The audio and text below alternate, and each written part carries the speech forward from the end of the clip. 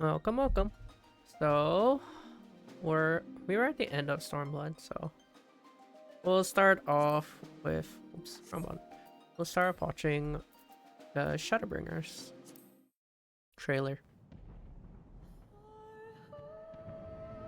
One of my favorites. Favorite expansion.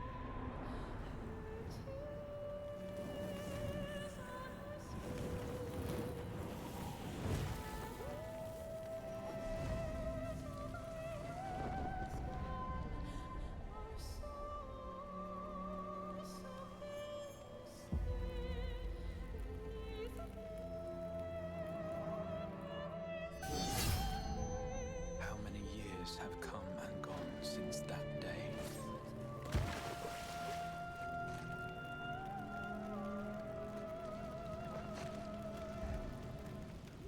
How many years have I waited for this moment?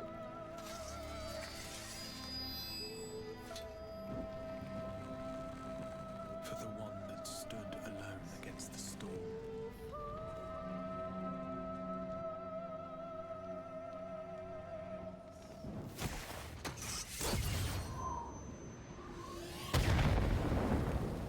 For the one they called.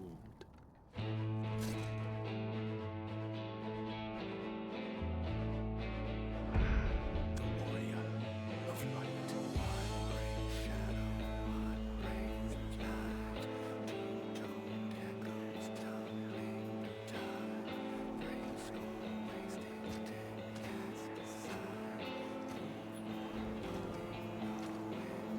This expansion has some of my favorite OSTs. This one and Dawntrail, they both have, or not Dawntrail, and Walker. Both have some of my favorite OSTs.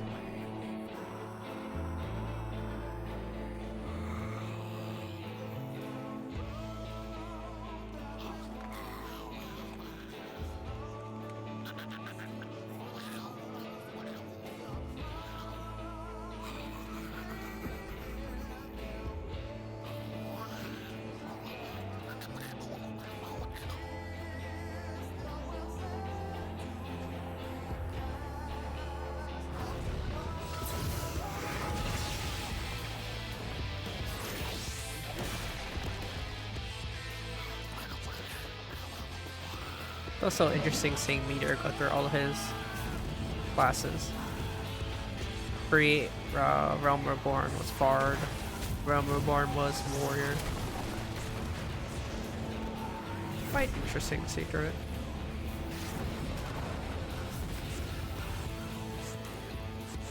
What sayest thou, Master Matoya? We may accept this fate or defy it, but we cannot deny it. Deny? I am not wont to run from my troubles.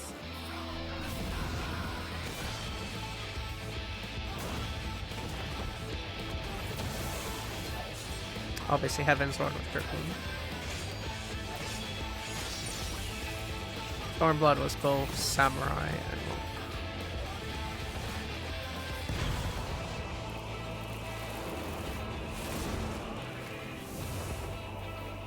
Until our friend returns, I will hold the line.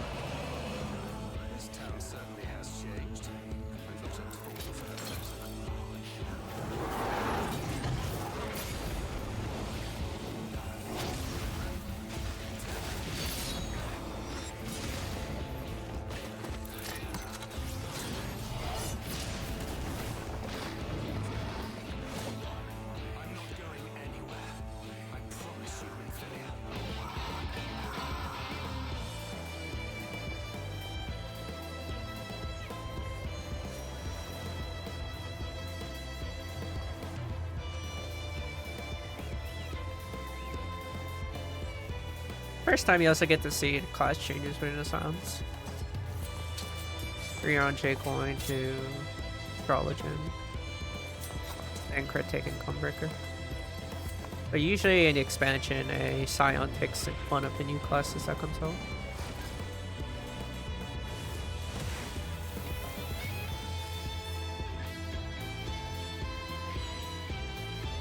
This tragedy, greater even than the seventh umbral calamity, must be undone.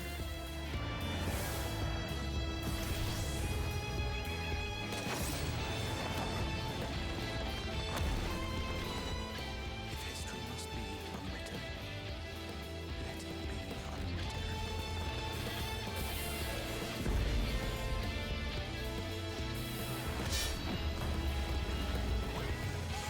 Become you must. Become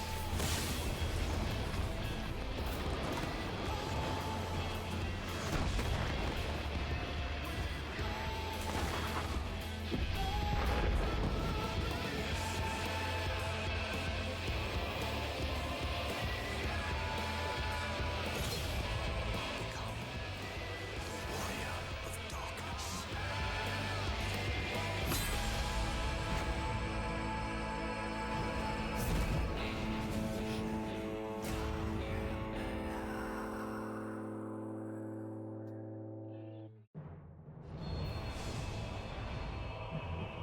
I still think that's like one of the cooler trailers.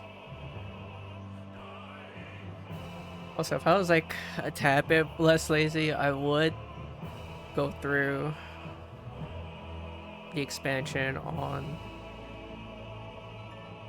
the featured job, I guess. But that's a lot of work because all these jobs have to go off from like one. It's too much work. Maybe I'll do it for Endwalker and Dawntrail, which I believe Dawntrail is Viper, and what was Endwalker? I don't remember what word. Oh, Paladin. Oh, jeez, Paladin's from level 1. Oh, jeez. Maybe I'm regretting my choices. That's a lot. You know what? I'll consider it. I think it's kind of cool, but that's a lot to go through. Yeah, anywho, we'll finally finish off Stormblood, and this quest should be that. I knew you'd be alright, and to celebrate your return, I made you this. A brand new traveling outfit. Oh, I do hope it fits. I forget what the outfit looks like. Ahem. But now is not the time to fuss over your measurements. I must go and speak with the researchers of St. Koinak's find. You go and rest while we track down that beacon. I forget what the traveler's attire looks like. Looks like something, but I don't remember what.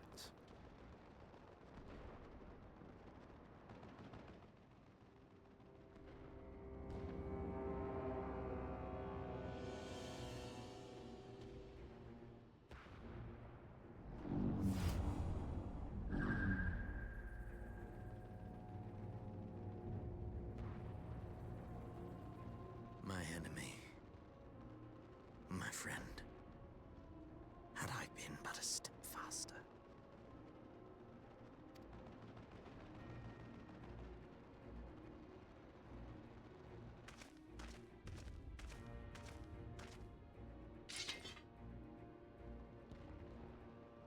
Bloody savages!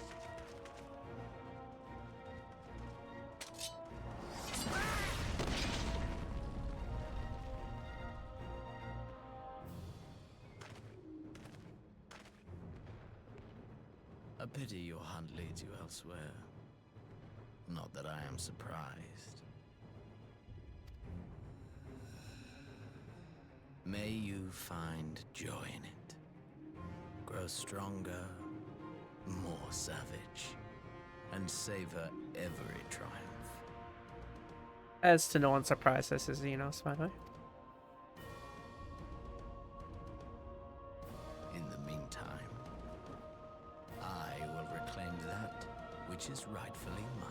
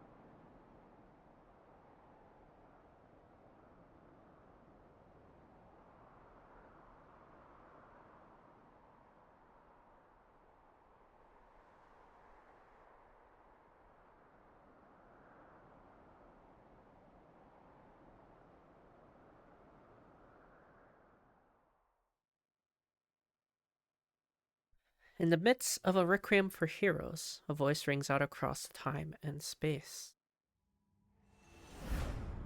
In fields of tranquil light, sow you seeds of darkness.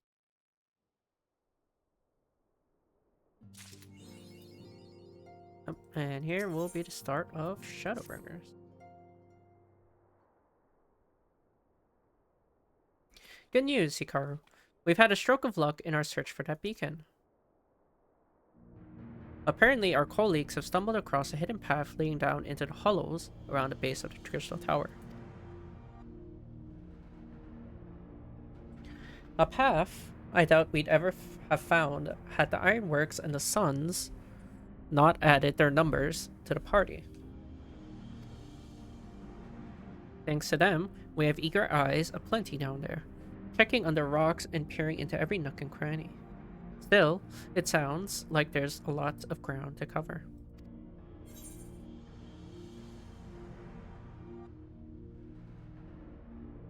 Sounds like tedious work, but not as tedious as waiting around, I suppose. Exactly. So I was thinking we should go and lend a hand. The sooner we find this beacon, the sooner you can travel to wherever it is this mysterious voice is coming from. And the sooner we can work out how to help our friends. We have to find a way to wake them up. And before the Empire comes calling again. Meaning we have no time to lose.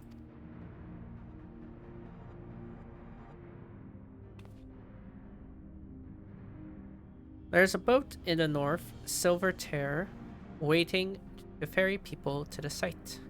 So let's be on our way.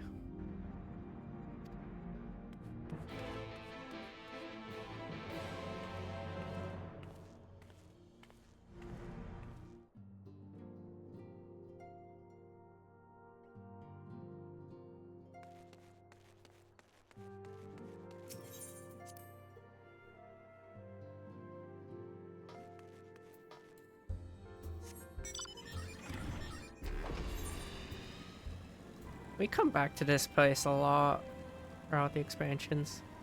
This exact, like, area.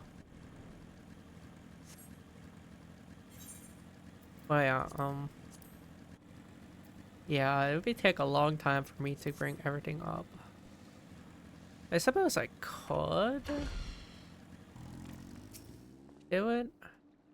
Heading to the survey site, madam. It's on the eastern shore of the lake, and the swiftest way to get there is by boat. Or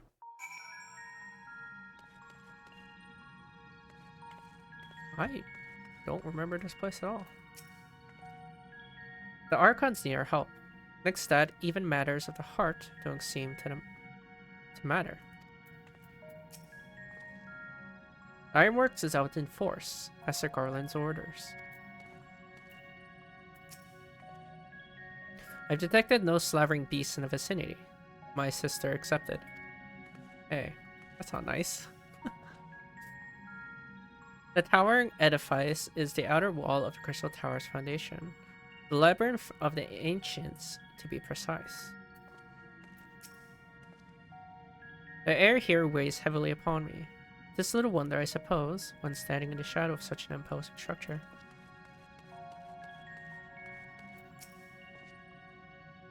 Hikaru, the search continues, but I have no doubt we shall find this beacon of yours.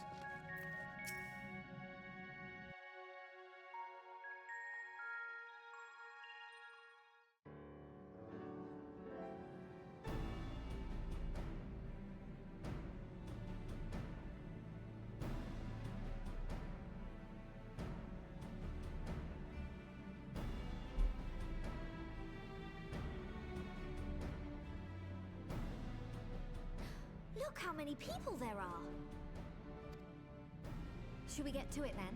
Pick up anything that seems the least bit device-like, and we'll make ourselves a pile. Well, if it isn't the hero of the hour, maybe you'll change our look. We've found bugger all without you. Biggs! Wedge!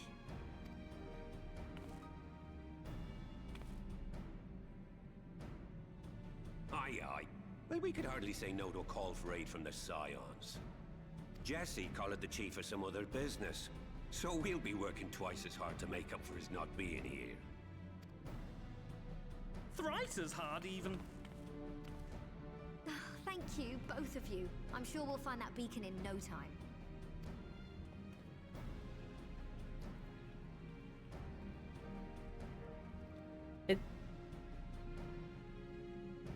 How is it that we can find this beacon? I'm know not what? seeing Never mind. anything out here. Do you reckon you could squeeze in there, Wedge? And get stuck halfway? No, thank you. I could try if you like. Tataru, no! We couldn't ask you to do that. Oh, I'll be fine. This receptionist is not afraid to get her hands dirty.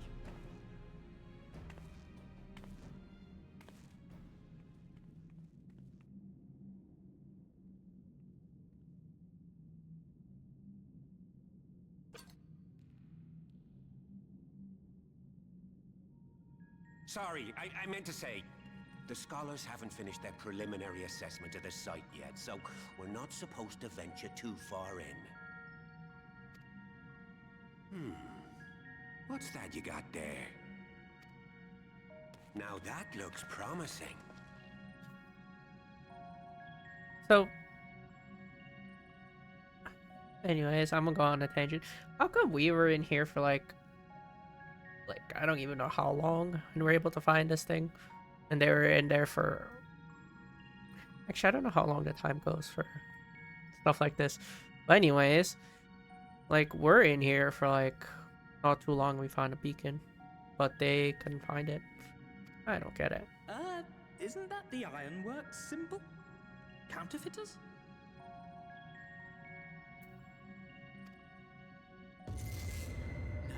Now I have you. You are right. What's happening?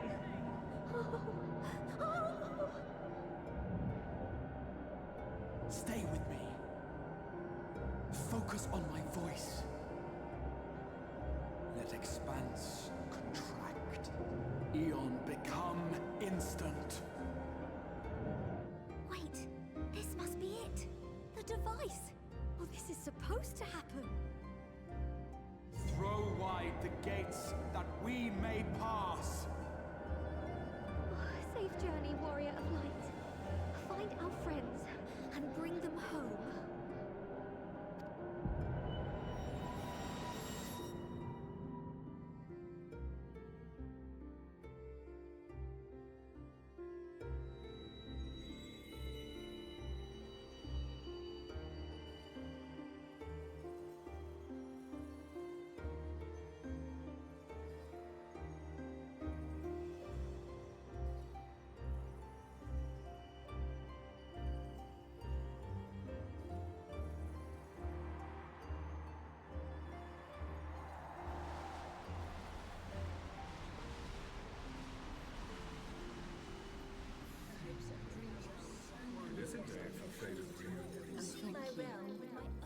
The dawn's light will shine again.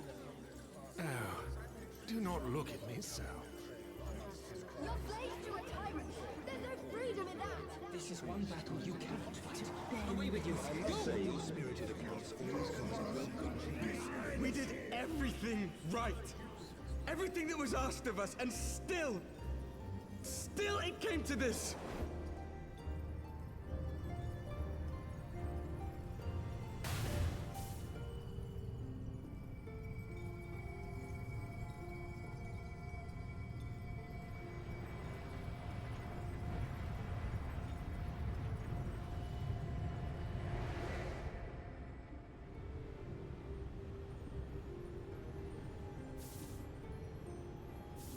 You Your time has not yet come.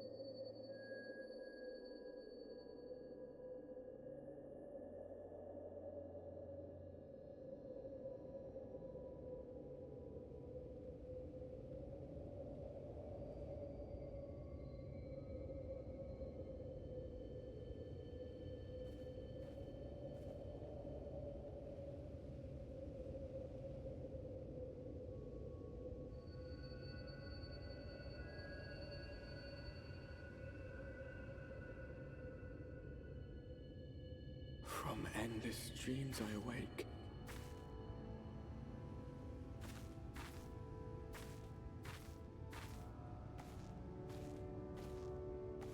Something vague, yet urgent, calls me to action once more.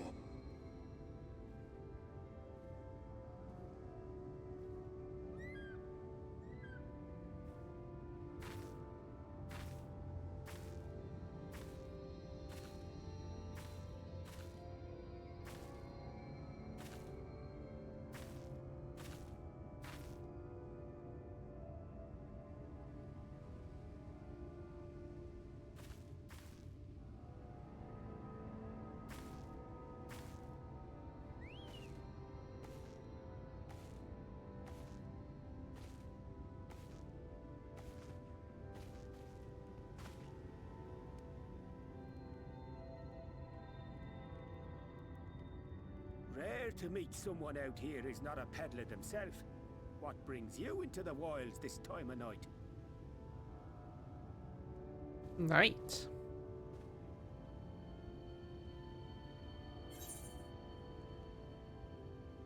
But it's bright as day.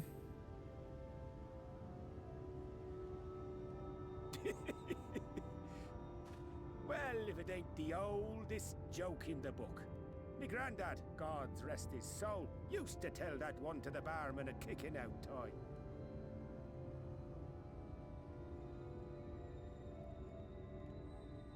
And when, pray tell, did we last have a dark night?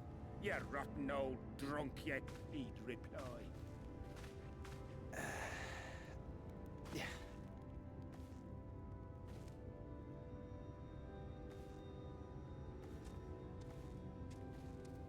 Over 100 bleeding years ago, that's when.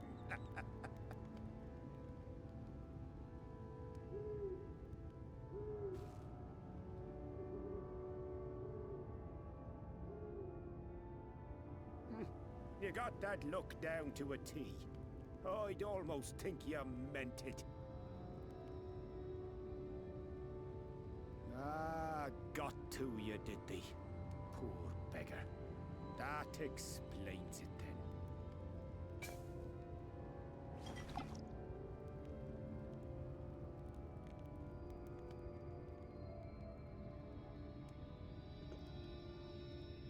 Well, I've roads to travel and wares to sell, but you'd best hurry along to the town nearby. Just head east through the trees and aim for the Shining Tower. You'll find the place soon enough. 'Tis the biggest settlement for malms around. Go on now, friend. They'll take good care of you in the Crystarium.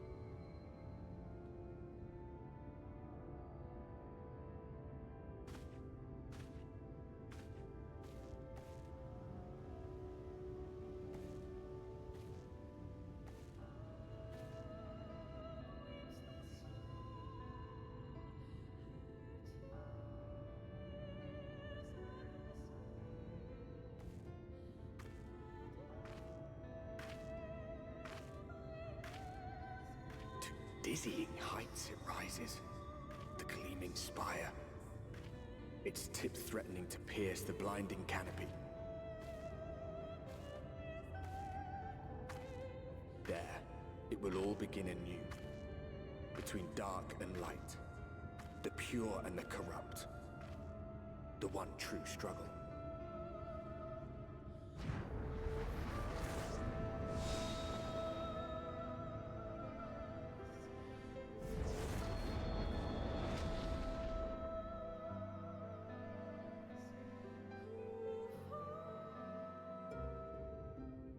Yeah, I have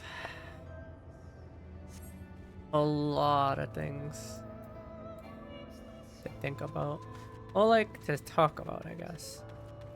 There's a lot of payoff there. Even the peddler there was essentially the same model as Brent. The first one you see in ARR in the wagon. Exact same reflection. The memories you get to see through, they would focus on Horshafron's one, but also focus on artwork. Which obviously is a setup for this, correct? But I find that like recalling and retelling of those so very important. They also calling back to AR of where Minfilia went. Also useful. They had a very good setup and they used it very well. This is why I think like a lot of people will applaud Shadowbringers because they have very good storytelling in this expansion. And they already start off really good.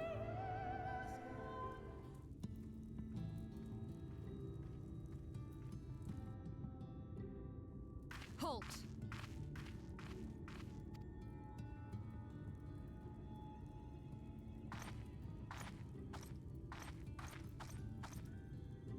Every face in this city I know. Yours, I do not. This is the threshold of the Crystarium, stranger, and I am its gatekeeper. If you would enter, you will answer my questions.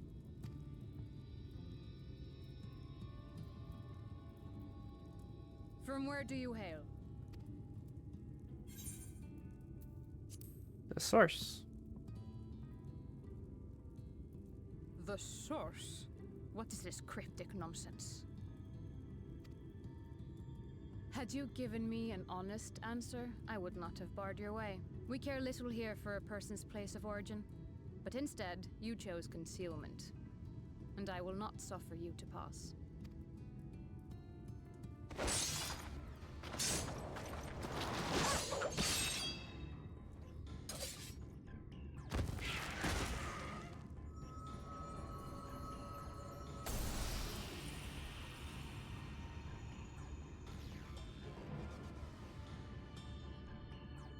That one had eaten.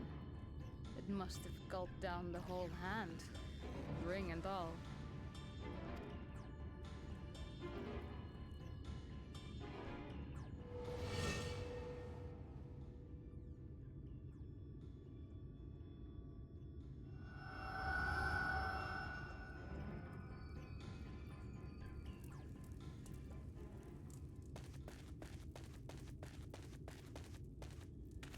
Everything all right, Captain?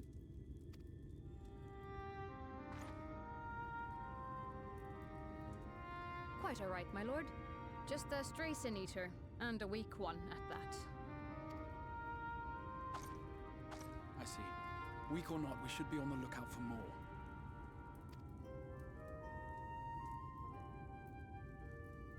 But I see you've met my guest. I will escort her to the Crystarium myself, if you've no objections. Another of your mysterious friends, is it? I should have known. Very well. I'll inform the others your guest is to be given the run of the city.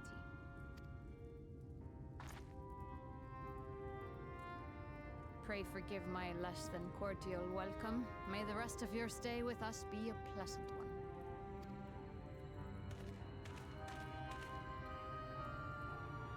Come with me. I will answer whatever questions questions you have when we are somewhere more private.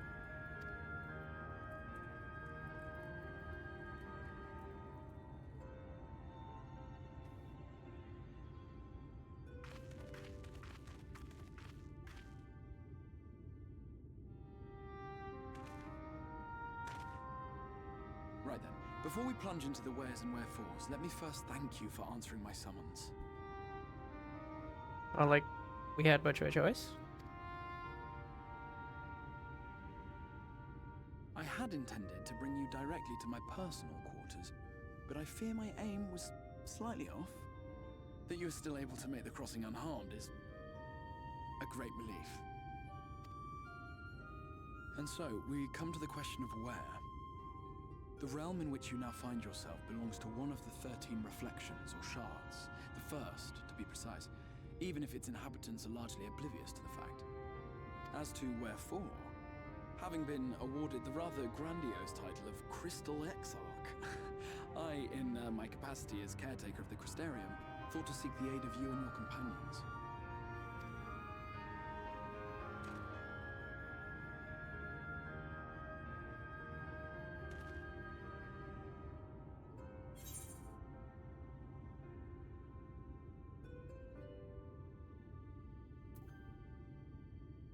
Damn.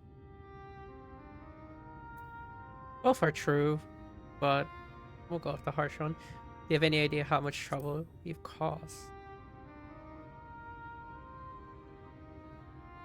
An inkling, yes. I can only beg your forgiveness. Matters here forced my hand, but all shall be explained in due course, I promise you. Let us begin with the glaring skies up above.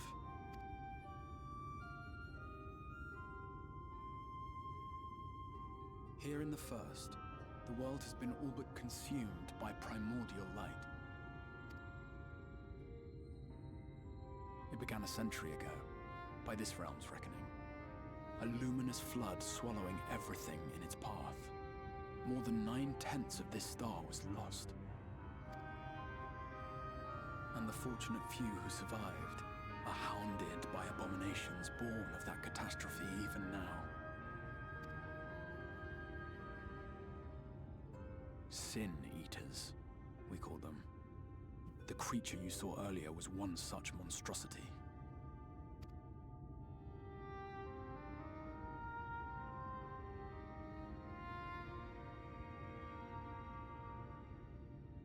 It was to save the first from this menace that I learned to bridge the rift between worlds.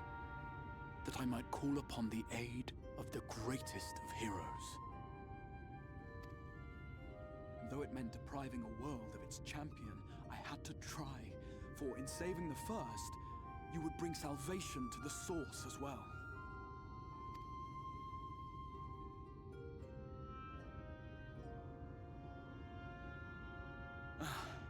But what manner of host harangues his guests in the middle of the road? Let us continue our talk within the Crystarium.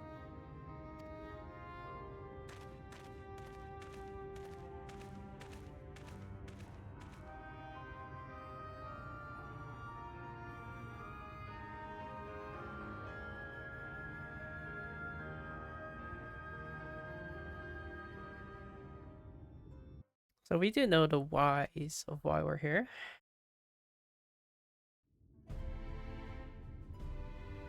However, not much details after that.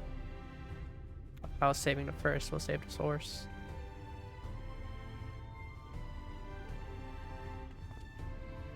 What causes the eternal light and daylight.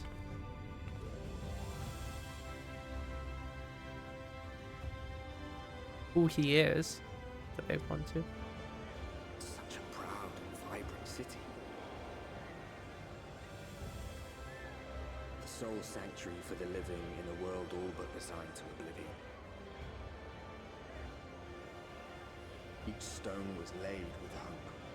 The town itself a symbol, a monument to defiance in the face of death. No would-be hero could fail to answer its call. For who among us does not yearn for salvation?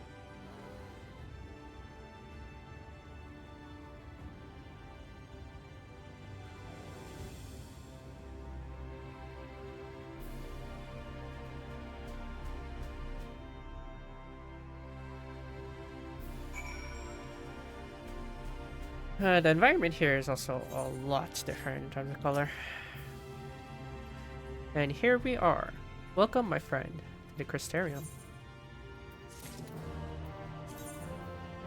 Because, like, in the other areas, it's a lot less bright. Oh, oops.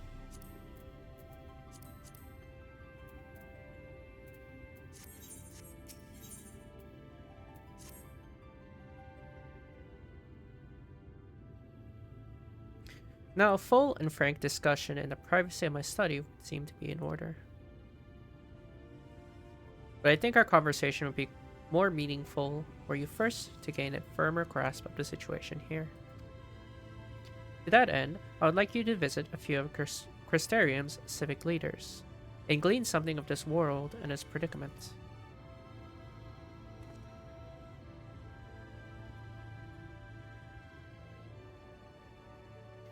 As you can see, this path will lead you directly to the Aetherytes, a convenience with which I'm sure you are only too familiar. Being the rightful object of my summoning spell, you should in theory be able to reach all the way back along your etheric trail and find a connection in the source, believe it or not. I strongly suggest you complete this attunement before venturing any further.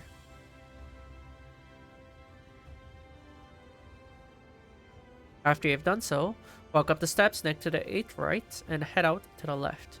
Arrive in the crystalline mean. This where you'll find our collective of crafters and gatherers, as well as their spokeswoman, Catless, one of the people I should like you to meet. Another is Morin. Reach him and his cabinet of curiosity. You'll want to avoid the aforementioned steps, take the exit to the left, and simply continue straight along down until you have come to the large doors at the end of the path.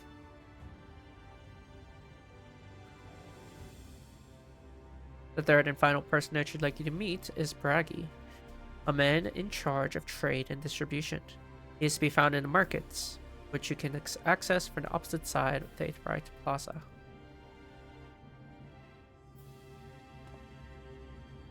In seeking out each of my colleagues, you will visit the major districts of the city, and hopefully gain a feel of the place. I trust my directions were simple enough.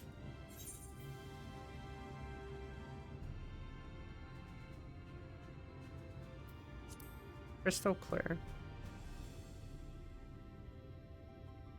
Ah, very good.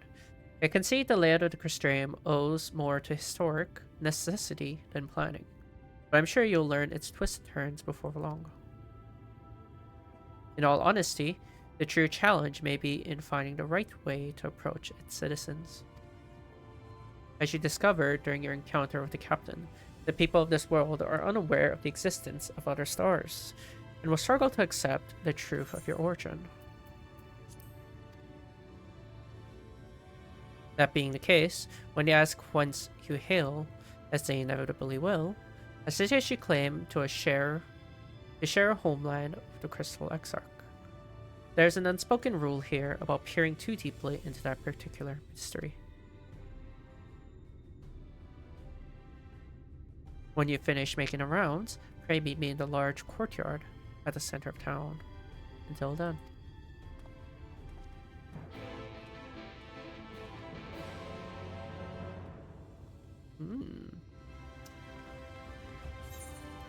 I didn't think they left little hints like that already. Very, very interesting.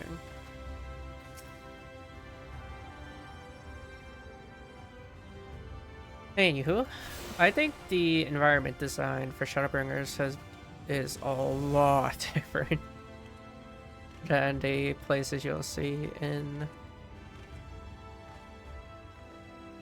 I guess, in the previous expansions.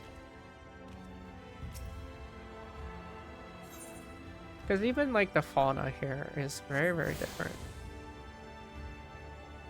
By focusing your senses, you take the flow of vastly distant currents of aether. Connection to these energies is faint but stable, and should allow teleportations to aetherites in the source. It's like even the trees here, like it being like purple colored like that. You'll never find something like that in a source. Even the building designs are very, very distinct compared to the places you'll see. I will say Kugane was obviously very different and unique to its expansion. I guess we'll go to Braggy. We're right here.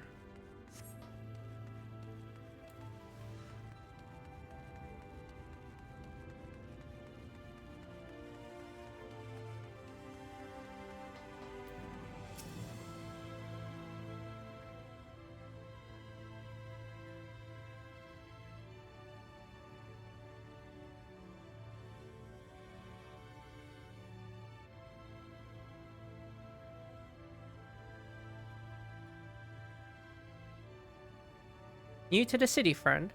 The spinning head and wide eyes give you away. Welcome. My name is Braggy. I'm a master of these markets. They gave the district another official title, but I'm not in the habit of using it. Too floored by half. In any case, our merchants stock a range of equipments who are drawn, such as yourself. So finding something in your size shouldn't be a problem. I'm sorry, did you say draw?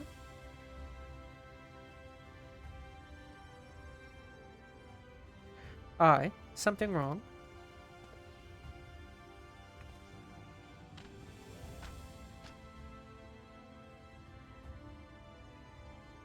Let's see if we can straighten this out.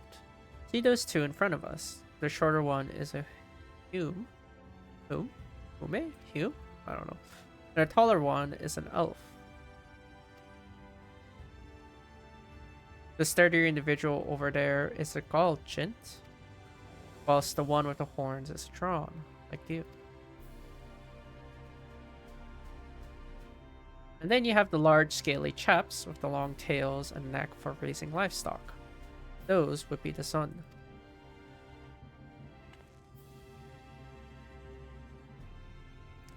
Which is apparently not the names you know them by. And I'm curious to which far-flung region you hail from. Ah, the same as Exarch, eh? Well, that explains it. You don't get much further flung than that. We had a few of your lot pass through in recent years. Despite their obvious learning, they floundered over the simplest things. But not to worry. Should you find yourself confused by the local language or customs, I'll be here to answer your questions. Your exchange with Braggy have taught you about peoples of the first. Yeah, they have different names for each of the races.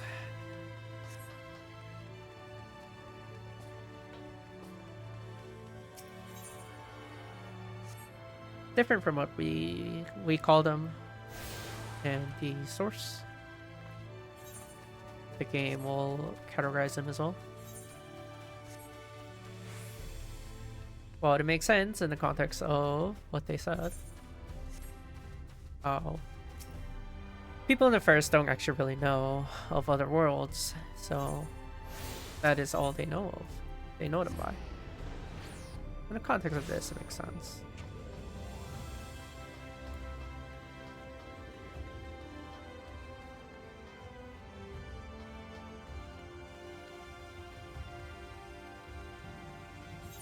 I'm fairly certain I already got that one.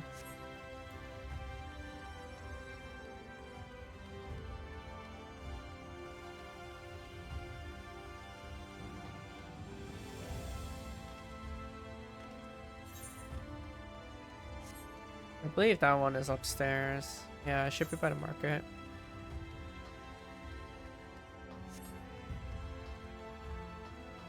Yeah, these multi-layer things are very confusing.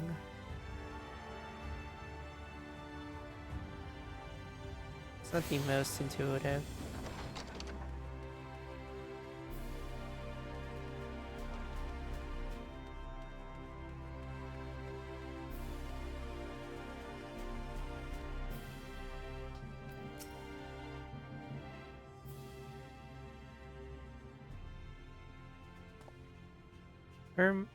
Excuse me, miss. Are you recently come to the city, perchance? I'm quite familiar with our civic role, you see, and well, him.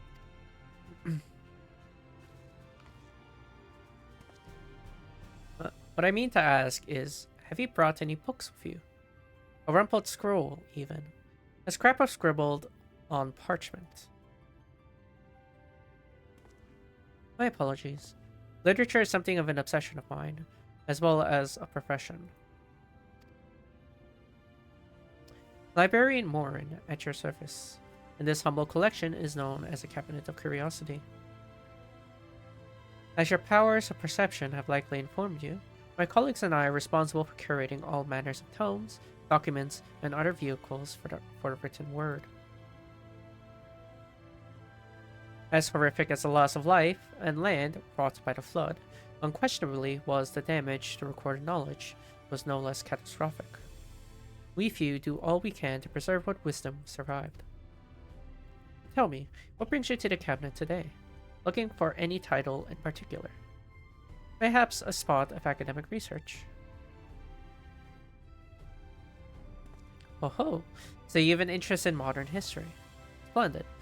A thorough review of recent events can often yield novel perspectives. I quite agree.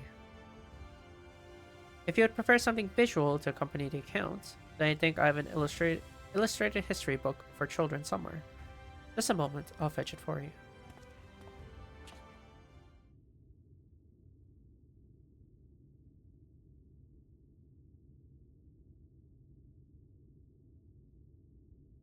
And here we are. Would you like to pull up a chair? Make yourself more comfortable. And on with the lesson then.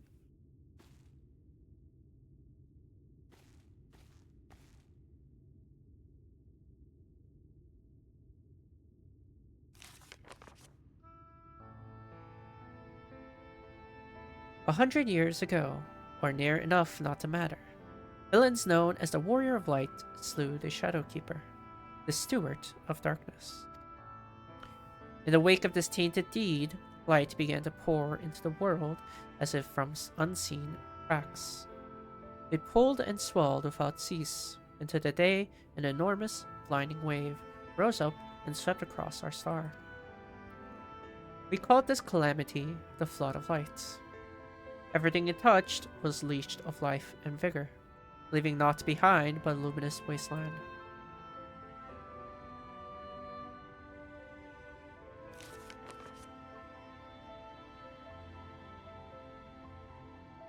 Yet, just when it seemed that all would be lost, a savior appeared before us. The Oracle of Light. She stood twixt us and approaching doom. By her power did she stay the flood. Thus was Novrand and Novrand alone spared the fate of erasure.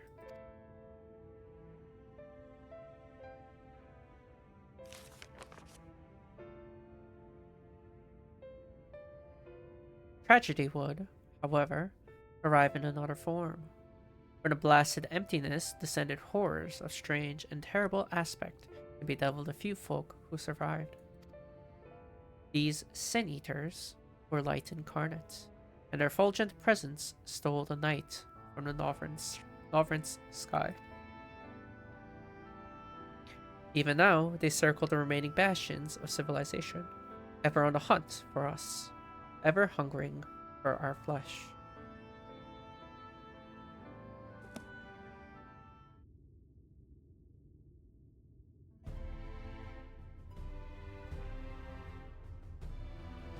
And thus did the world become what it is. Should you ever wish to hear the tale again, I'll be glad to retell it for you. Or, if you would rather I speak on other matters, that too would be my pleasure. I should be glad of the company. The exchange of Morin has taught you about the Flood of Light. What does he have other things to say about? The contents of a book may be immutable, yet depending upon one's perspective, the lesson one learns may be different indeed. In other words, I am very much in favor of revisiting a story one has already read. Okay. I thought he had something new. So one glaring difference for this world is obviously light. The warrior of light in this area, or this world, is not a positive connotation behind it, like it is in the source. Mostly because this place is overflooded with light. That's all they know, and that's what they blame for their misfortunes in the world. You'll see that as like a glaring contraction between what it is for us in the source. It's a very interesting parallel, but also an opposite of narratives.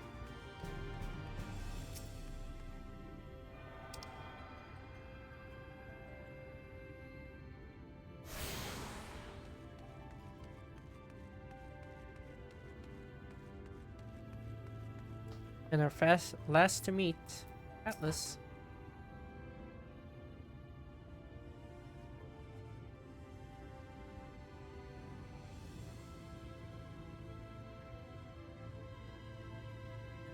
Rare to see a place so well stocked with goods, isn't it? But not here. I'm gonna guess you're new to our fair city. Well, for what it's worth, you've chosen a fine sanctuary. The Exarch can throw up a barrier if the senators come knocking. So it's a damn sight safer in here than it is out there. Safer and more civilized, too, thanks to us in the mean.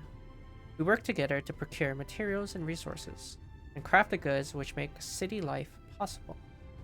This is the place you visit if you need a coat mended or a kettle forged. Just don't go thinking it'll all be handed to you on a plate, like those Yulmoran layabouts. Here in the Crystarium, we work for a living. So I see you're no stranger to honest labor. You don't have that whiff of indolence about you, like some folk I've met. Still, I can't quite pin down your profession. Where is it you're from? One of the Exarch's countrymen, you say? I see. Well then, I'll work twice as hard to make you feel welcome. Our city wouldn't even exist if it weren't for him, and any friend of his is a friend of ours.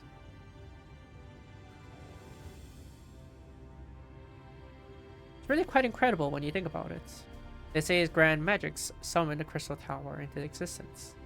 Pulled the entire thing out of thin air. It wasn't long before droves of refugees began congregating around its base, desperate for shelter after losing their homes to the flood. And that's how the Crystarium began. At the Exarch's invitation, buildings started going up, and with the help of some curious relics brought forth from the tower, the place gradually expanded into the thriving metropolis you see today.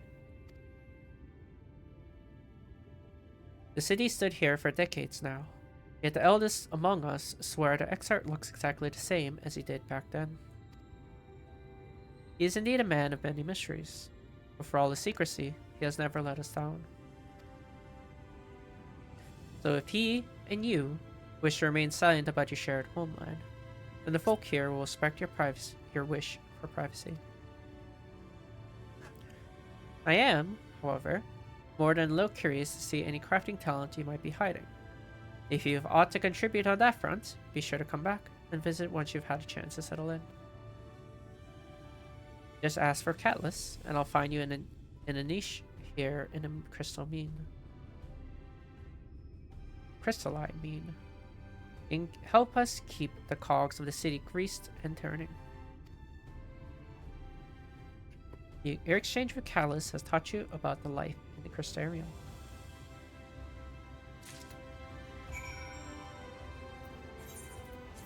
I don't know where people find me and find me in a frequently. I'm no longer in the novice network anymore, so like, where are these people finding me?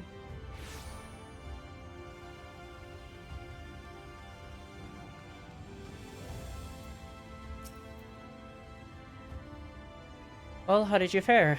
Did my colleagues help you form a clear picture of this world and its people? Technically, yeah. Yes, it seems you were treated to a most thorough introduction.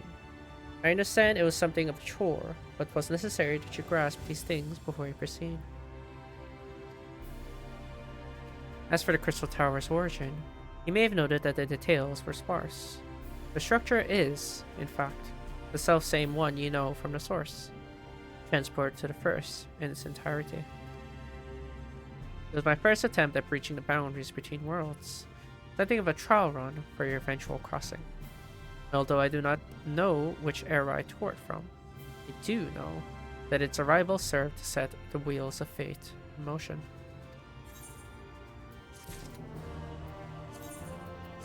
Oh, it wasn't our era.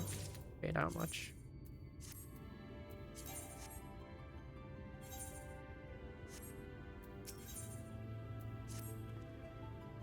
You've done as I requested and learned something of the world in which you find yourself.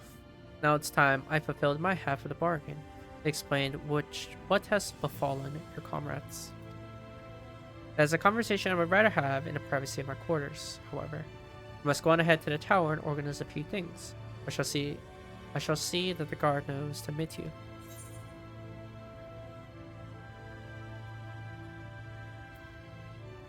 The sect that in Grahatia is... I'm not familiar with that name.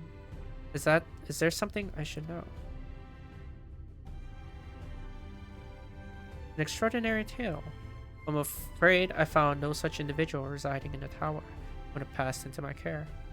Mayhap we can revisit that mystery another time. For now, I think it best that we focus on the present.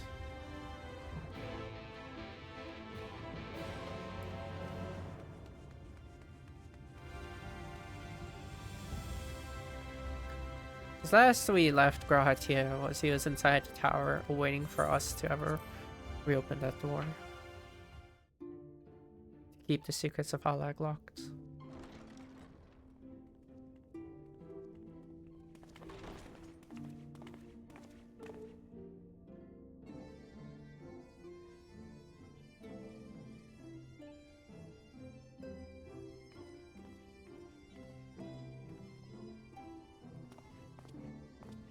Welcome to the Ocular, my private study. We can speak here without fear of being overheard. I have much to explain, but the truths which I must touch upon in doing so would cause only distress and confusion to the people of this world. Pray keep that in mind. Now, I am sure you are desperate to know the fate of your fellow Scions.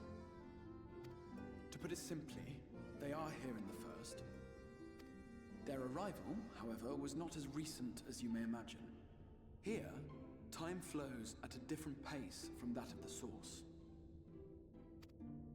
In the space of a single hour in your home world, an entire year might pass in the first, and the reverse could also be true. The pace fluctuates without rhyme or reason, and it cannot be predicted. That said, we seem to be entering a period of near equivalence, and thus, for the moment, you need not overly concern yourself with the passage of time. What a convenient way to just write off the time narrative part of the plot, I guess. Very convenient tool.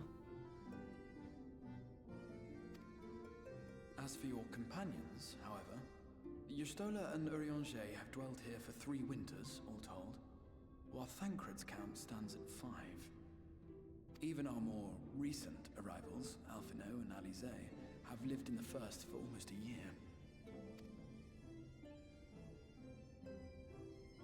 My intention had been to summon only you, but the art of reaching across worlds has proven exceedingly difficult to master.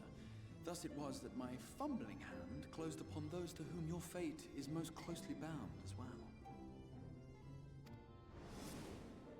As they were not the object of my summons, their transference was incomplete. Though they may appear to possess corporeal bodies, they are, in truth, merely spirits that one can see and touch. Consequently, while you yourself will be able to pass between worlds with relative freedom, they will not. Much as it grieves me, they are stranded here, unable to return.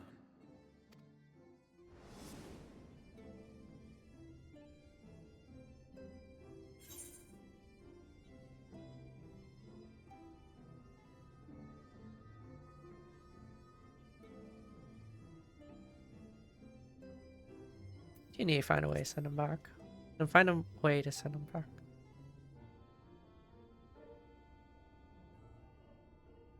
We spent every waking hour searching for a way to reverse the summoning. In the beginning, at least. As you may have surmised, however, our efforts met with little success. And then we all but abandoned the endeavor once Urianger shared with us the vision he had witnessed during his journey through the rift. In that chaotic no-man's land between realms, time and space warp and blend in unexpected ways. What Urianger saw was the future. That which would one day come to pass. In his vision of tomorrow, the first was rejoined with the source. This collision of worlds brought about the 8th umbral calamity and the deaths of countless multitudes. Amongst those who perished, Urianger clearly saw the fall of the Scion's mightiest champion. He watched you die.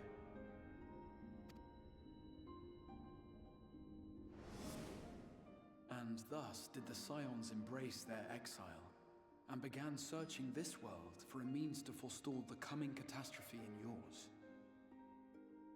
Their souls are stranded in the first, yes, but they have fought on, desperate to save their home and you from destruction. Nor have their efforts been in vain, for it was they who finally established that the elimination of the Sin Eaters will indeed serve to prevent the calamity. Considering these circumstances of our meeting, you would be forgiven for doubting my version of events. And so, before all else, I would suggest you track down your comrades and hear the tale from their lips. I shall of course be happy to assist in these reunions, and you need not make any decisions regarding your involvement until you are certain of where you stand. Meanwhile, I promise I will not rest until I have found a way to help your friends return home. What say you? Have I earned your trust for the moment, at least?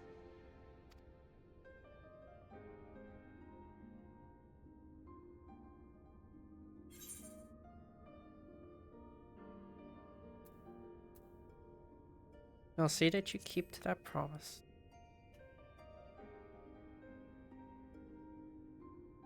Excellent. You will not regret this. With that settled, we shall have to see about getting you ready for the road. Traveling across the rift has no doubt left you weary. I will arrange for a room where you might rest in comfort. While it's being prepared, perhaps I can show you around.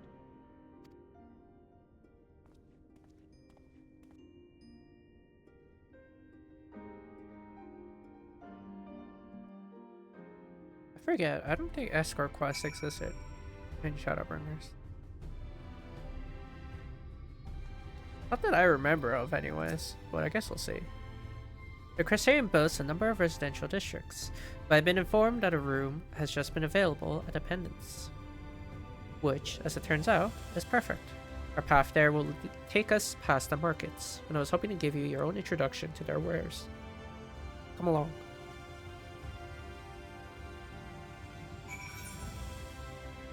Okay, escort quest sort of thing in Endwalker. I figured as much. I don't recall them existing in Shadowbringers.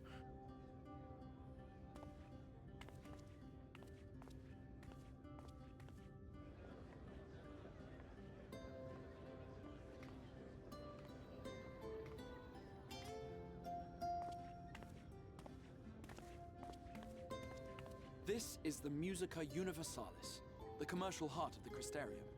What you might need to prepare for your journeys can be purchased here.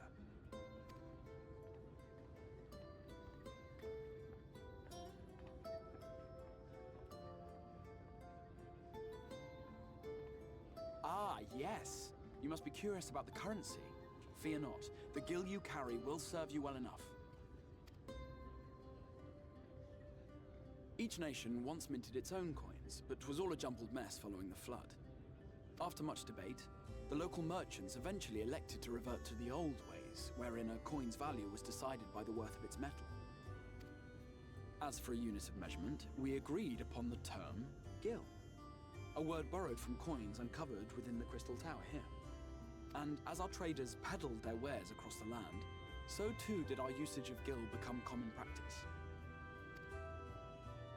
From what your stola tells me, a standard coin from the source equates to exactly 1 gil here, or near enough not to matter. Our way of life has benefited greatly from the artifacts we recovered from the tower, some of which may be familiar to you.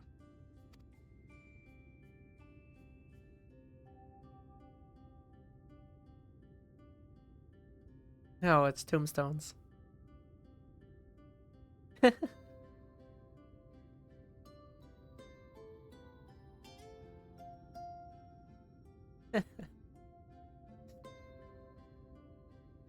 But I fear it would not be practical for us to provide everything to which you are accustomed.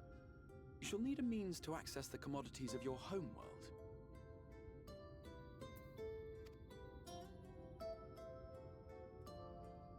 A Van Kerm Sin? Yes, I'm here. Of course I'm here. What amusements do you have for me today?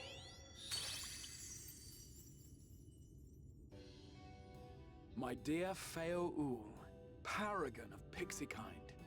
For you, I have the most vital task. This fine lady is a friend from a distant realm. And we have need of a means to ferry things back and forth from her home. Might you be able to assist us in this matter?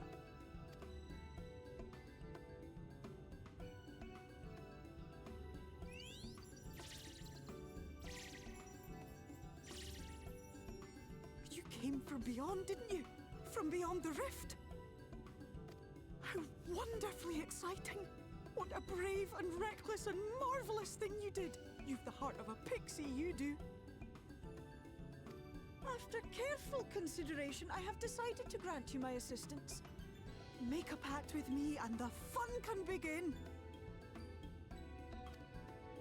But answer me this, traveler. Did your garments come with you when you crossed over? Your teeth? Your nails? Yeah.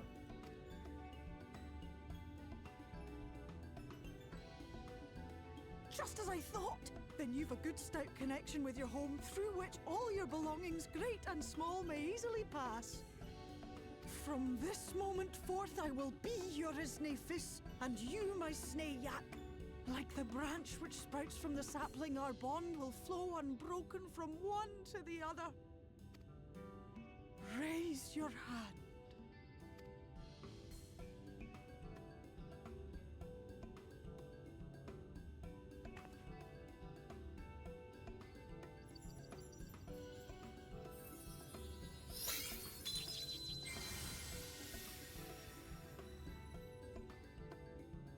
Tis done. We are bound now, dearest sapling. Come then. Make your request. Tell me your desire. I wish to visit this world of yours. Mayhap her message to your friends in the source to inform them of your safe arrival.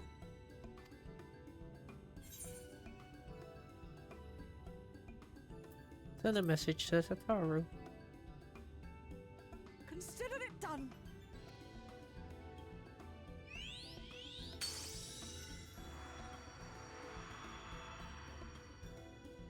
As you heard, that was Feo Ul of the Pixies.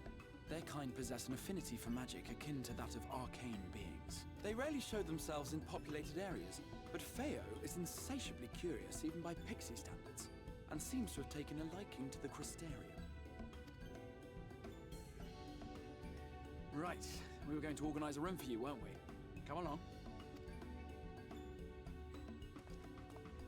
A very convenient way to be able to access your retainers. That's like what the end all be all of the whole exchange was. As a result of your fact, Feo Ul with Fail All, you now have access to delivery moogles, market boards, and summoning bells while in the first. Yep.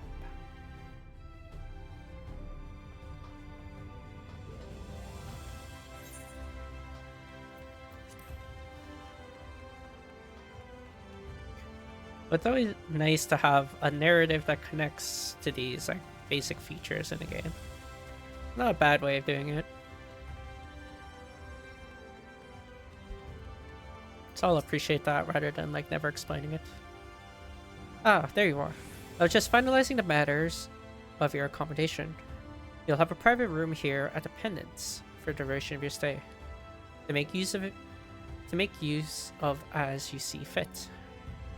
When you are ready to retire, the manager will show you to your lodgings. Pray rest and recuperate. We shall reconvene in the ocular anon. I believe that covers all of the practical concerns.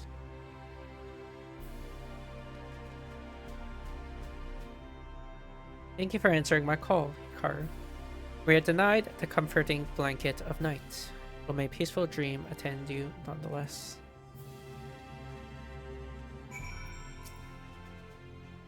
A pleasure to meet you, miss, and welcome to your new home at the Pendants. Your room is ready if you'd care to retire.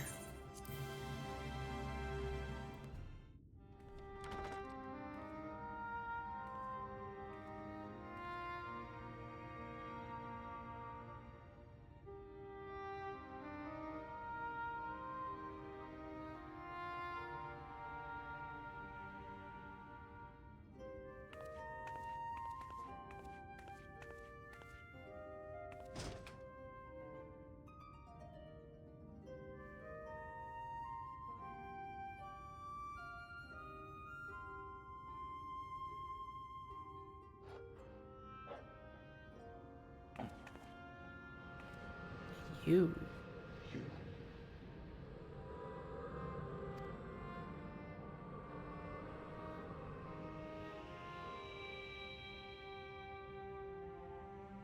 I know you. You're the warrior of light from the source. It's Artbert. The warrior of darkness. What? Did you just... You can hear me? Oh, gods, how long has it been?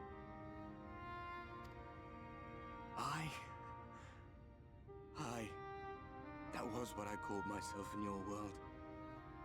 The Warrior of Darkness. My real name is Ardbert. I used an alias in the source, a daft one, looking back.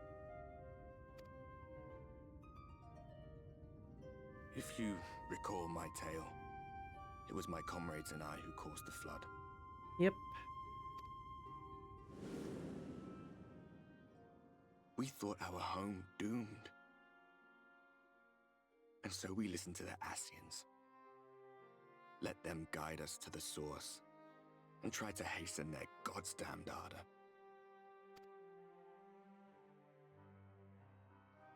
I remember when we fell, defeated by you and yours.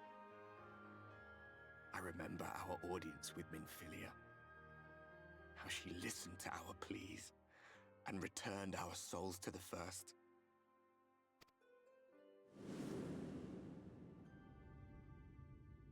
The flood was poised to swallow Northrend. Minfilia and my friends, they surrendered what little they had left to hold it back. Just faded away, leaving me to bear witness.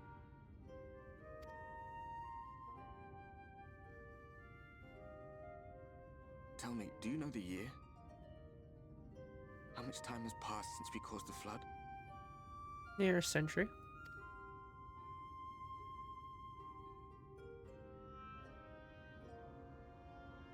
A 100 years. 100 long years.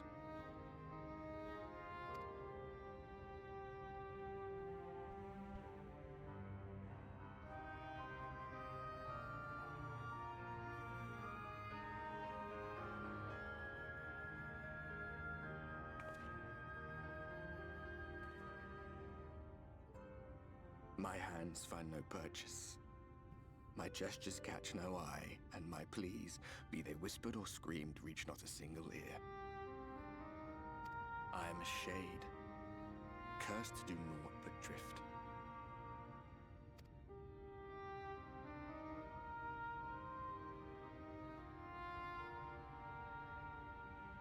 I feel as if I've been walking forever. I hardly noticed when my mind and body began to fray at the edges. Then bang! My senses were sharp again. I felt like a fish being reeled in, and before I knew it, I found myself in this room. Why is it that you can see me? What are you even doing here, come to that?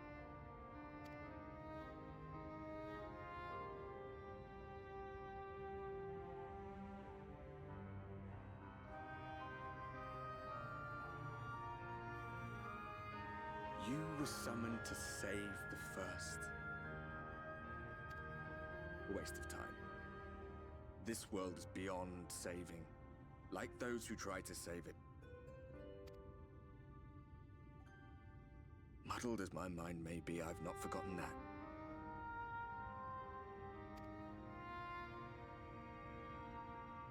But if fate has brought me to you, the one person in this God's forsaken world who can see and hear me, then perhaps there is a reason I endured. If I can find out why I was left behind, then maybe I can bring this journey of mine to an end.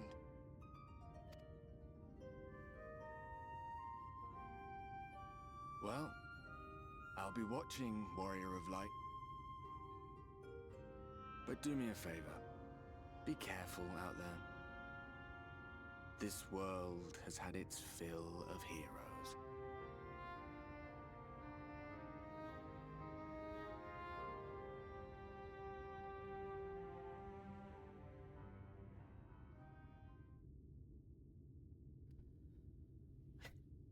I still can't get over the fact we just sleep like a log. We don't even use a blanket. Like, we need better sleeping habits. We look like we're dead.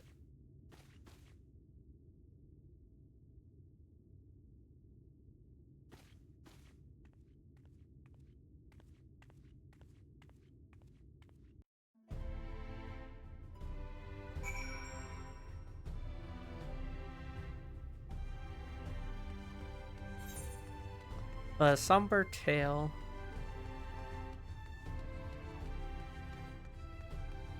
We surmised as much that was our birth from previous interactions with him. Oh, they said this quote at the beginning of this whole thing. They did everything right, and still, the world has come to this. Mr. Sikaru, the Exarch awaits you, Finn. So it's a bit of a cautionary tale, but an interesting one as well. Ah, how did you find your new quarters? I trust you were able to rest.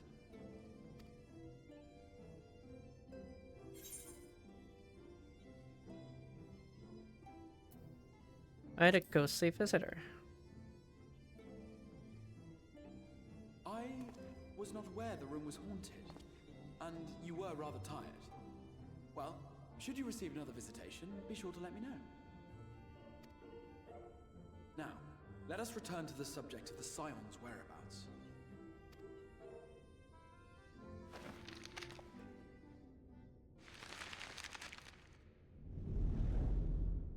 This map shows the lands of Norvrand, the only area to be spared the flood of light. The Crystarium is here, in the region known as Lakeland.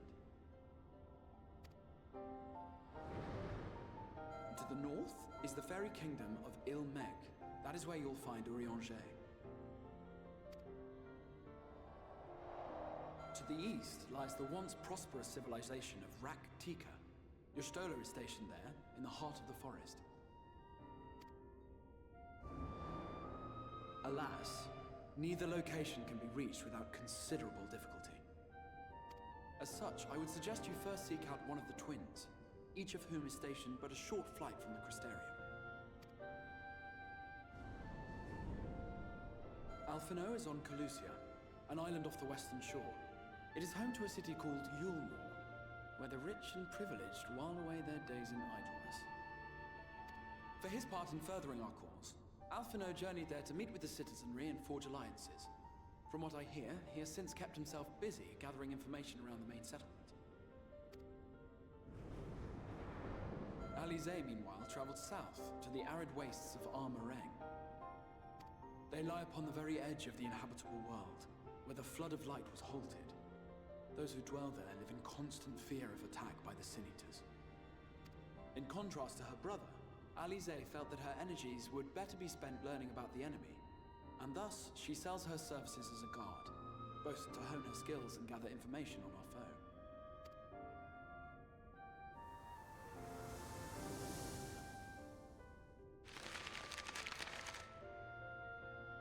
So, will it be Calicia or Armareng? It matters not which you choose to visit first. Simply inform me once you have made your decision, and I will see to it that you are provided with a suitable mount. Where's Thancred? Ah, but you must be wondering about Thancred. He has taken up with a new companion, and is presently engaged as a wandering hunter of Sin Eaters.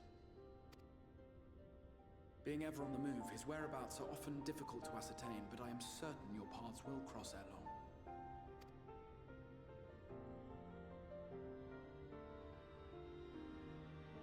That is a very Thancred thing to do, though. Because he was a scout here, or in the source. I never want to stay still, so very Thancred-esque.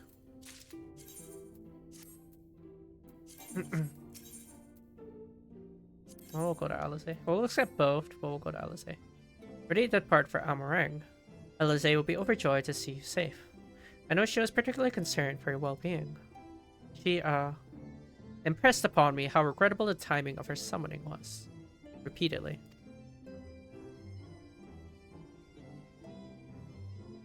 I only hope that my part in sending you to her will garner some measure of forgiveness. Here is a letter of introduction addressed to the man named Cassard, a master of a merchant caravan. There are few who know the way of the desert as well as he does. Find him at the Amaro launch, and he will see that you reach your destination. We'll accept both, because I don't want to come back here again. You will visit Alphino and Calusia then. Excellent. As I mentioned, your destination is an island off the west coast. You will need a mount capable of making the journey. Here's a letter of introduction, presented to Sezem Dejenmai, a master of peace at Temenos Rookery, and he will take care of you. When you see Alphino, be sure to pass my warmest regards. Well, yeah, we'll go to Alize first. I think I did the opposite when I first went through this, but I don't remember actually. It's been a very, very long time. I'm just arbitrarily choosing between the two. It doesn't really matter what you do first. Whoa. I never attuned to that? Oh well. I'm walking attuned to it, I guess.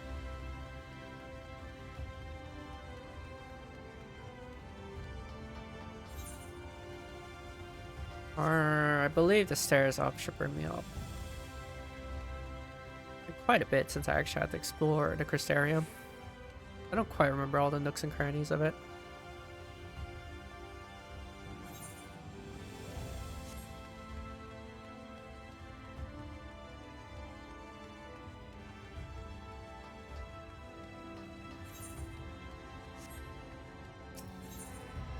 What else have I not tuned to? Or is this it?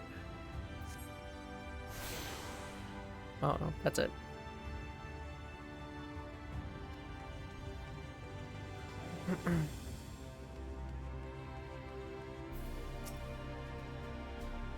If you come looking for work, I might have a spot for another guard.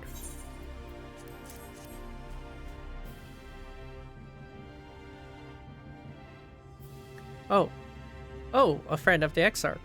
Hoping to meet someone in Amarang, are you? Then I should be your guide. I was about to set off for our outpost there. As a matter of fact, so we can leave right away. Assuming you have everything you need. Yeah, we're good. All set. Then off to the unforgiving sands we go. You cannot travel to Amarang. Speak with the adroit Amaro Tamer to fly to the deserts. You can also use your Aether Compass to assist with locating Aether Currents in new regions. Your compass can be found under Collection in the duty section of the main menu.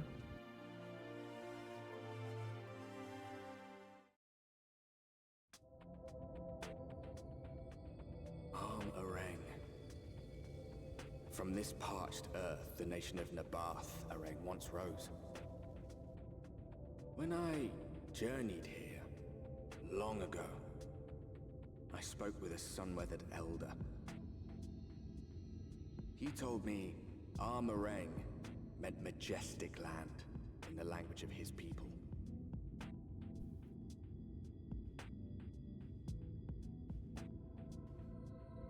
And so it might still be, were it not for the light's unrelenting onslaught.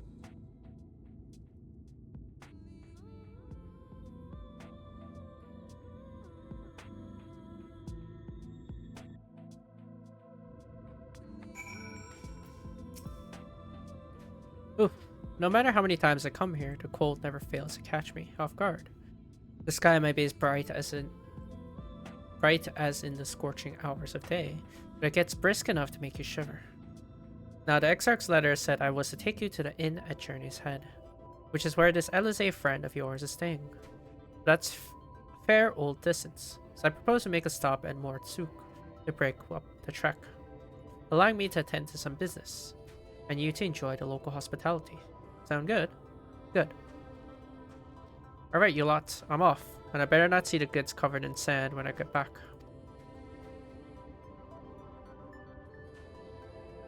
Right, we head southwest, straight as an arrow.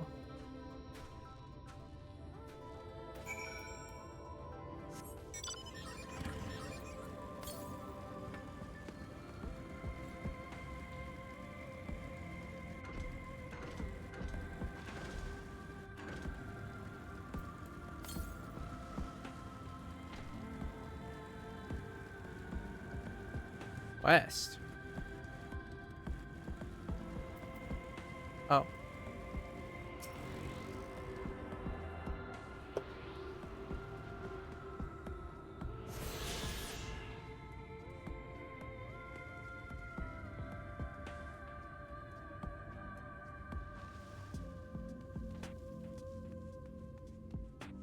Nature currents are useful because flying becomes very, very useful, so I'd rather be able to fly. Stop here a moment. This is your first visit to Amarang, is it not? Before you cross the River of Sand, you need to turn and feast your eyes on that.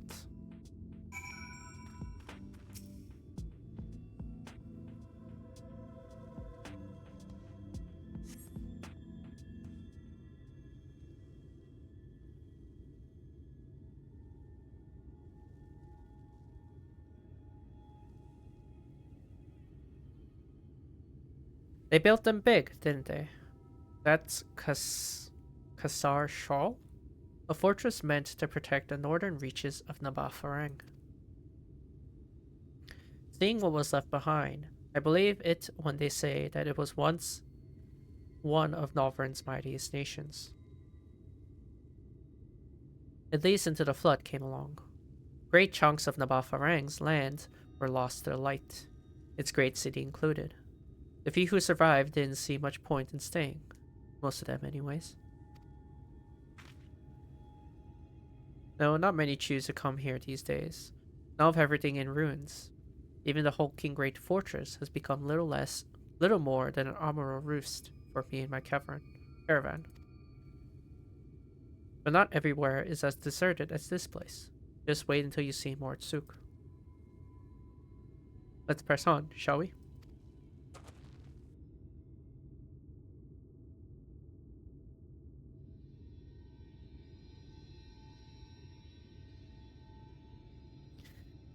Not having any BGM makes it a lot more eerie.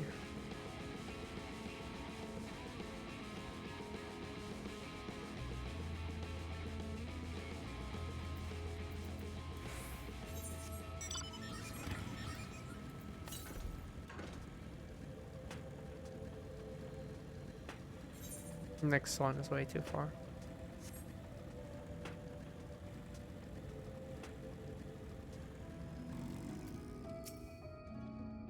Here we are, Mordsuk. By the blessed shadow, I love this town.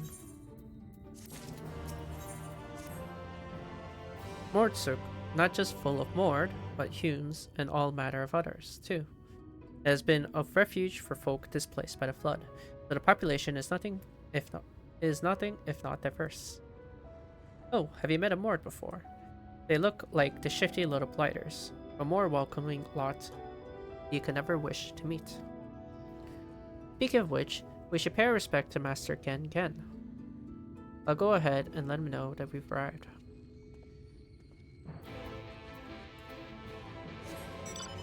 Little copies, I believe they're called. Or are they kobolds?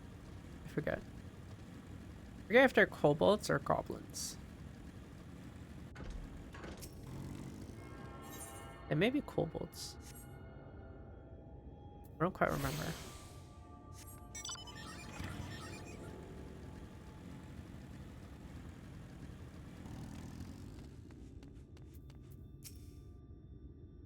Kobolds.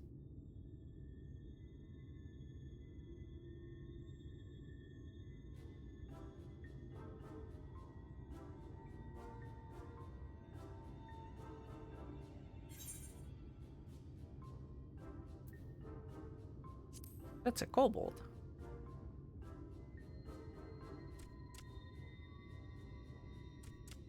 Master Gen Gen, this is the friend of the Exarch I was telling you about. Very good, very good. Though friend or no, all are welcome in Mordsuk. Souk is Mordish for city. As things stand, this souk boasts the largest and busiest marketplace in all Armorang. You'll find ore from the mines here, of course, but all manner of other things too, many of them rare. As I told you before, not many visit Armorang by choice, but Mordsouk's a different story. Merchants come from miles around to purchase the relics the Mord dig up. Aye, that they do. For Mords do not dismiss the spoils of the earth. We clean them and polish them and reveal to the world their true value. That is why they come here, come from far away, come with much money. And so our souk is always busy, busy, busy. No such thing as a thing no one needs. You say that every time, Master Gen Gen. Some sort of family motto, wasn't it? Or perhaps a Mord philosophy, for which we should all be very grateful. Would that everyone was so willing to take in refugees regardless of race or creed. Now then, if you intend to spend any time here, you'll want to gain the trust of the locals. And there's a little custom all newcomers are expected to observe. The cracking of the coin purse. You buy one thing from the market. Price can be low or high, just as long as you buy. As the good Mord says. In fact, the Exarch sent a little something to cover this very expense. A Verbert gold piece, no less. The first I've held in years. Verbert gold? Real Verbert gold?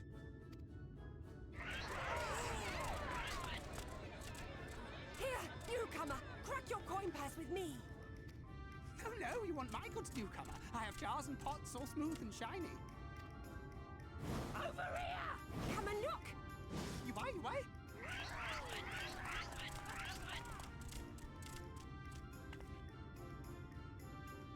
Enough of that! Calm, I say! This one must still journey through the barrens. Nothing bulky, nothing heavy, no pots. Nothing better for the road than a full belly. Spend that piece at Ronron's place, yes? Eat for 3 before you leave.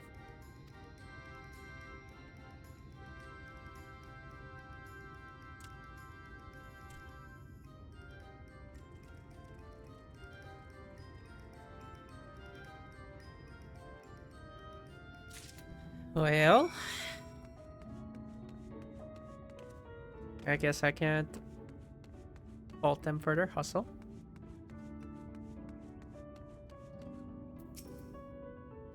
Welcome to Ronron's, traveler. I have wares to empty your purse and fill your belly. Take your time, stare and sniff before you choose, but no drooling on the merchandise, yes?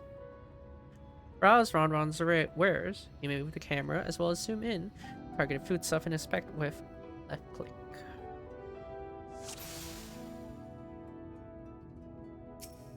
Meat. That's my ever-burning bounty, made with the best part of the lizard, paired with special spicy spices. Some find the smell challenging, but it'll warm you up on chilly desert nights. Oh, you like those. Chewy skewers. Find small frogs hiding under rocks, spear with sticks, then roast over fire. Crackly on the outside, gooey on the inside. Perfect for snacking. What's the bread? It looks like naan. I call that mush loaf. The middle is stuffed with bittersweet cactus fruits. So even if the bread dries out, it's still moist inside. Keeps you going in the heat. Worms. Ew. Everyone's favorite. Plump white worms slathered in honey. Once you eat a glazed wurgler, you'll never want any other treat.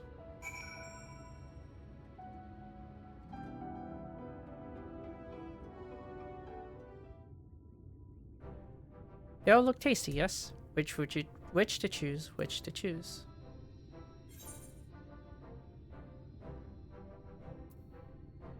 I'll take the meat.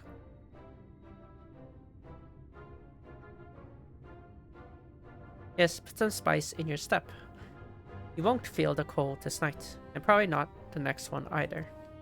You have the gold? And done. One full Volbertite honor buys you 10 sides of lizard meat.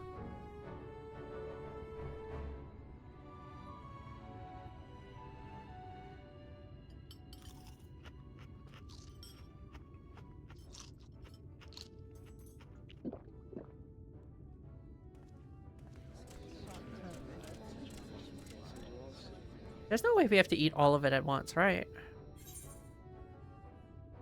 I think I'll share the rest. Our visitor invites us to feast. Let us give thanks for her great generosity and small appetite. Consider your coin purse correct, and please accept your custom, and Gengen will be pleased that you honor ours.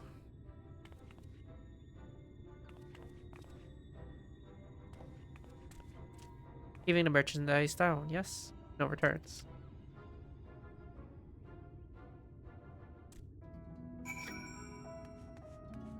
No returns is a wild statement. After food, that's a wild statement.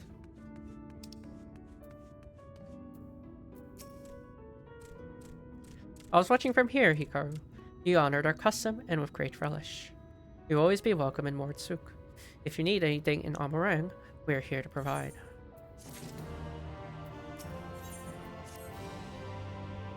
You have courage, my friend. Ronron's wares are more exotic than harmful, but I don't envy you the bellyache you'll have on the morrow. Right, now that you've eaten, I expect you're eager to get back on the road. Would you mind if we delayed our departure a touch? I have a few deals left to close before I conclude my business here in Mordsuk. Oh, offering your services, are you? Aye, well, an assistant would certainly help hurry things along. I've a receipt here for goods that need picking up from the market. All properly paid for, you just need to do the lifting and carrying. I'll go and take care of some last-minute haggling then. See you in a bit. You may view the market receipt at any time during this quest by using the relevant item in the key items menu. Table cactus tauntaun iron ore tool. Nabuff orang and antiques mill to be collected from Mol.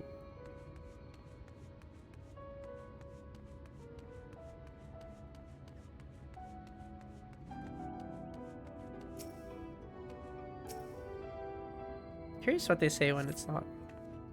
Hungry again already. You have a strong stomach, friend, but I wouldn't eat those. Oh, I see. This becomes small talk.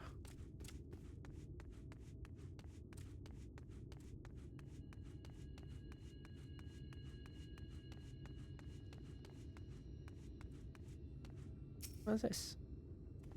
It's not right, but I wonder what it is. You're handling Cassard's porter work. You've come to the wrong place. He's not outstanding orders for my shop. Well, this is the right one. Creative War.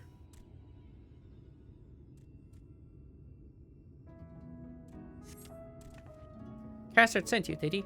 Right. Yes, what kind of ore was it again? Iron ore. Iron ore, of course. That'll explain this box I have here. It's all yours.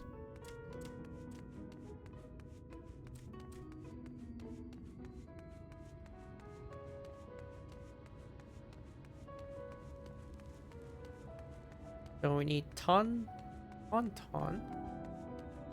then bulbul.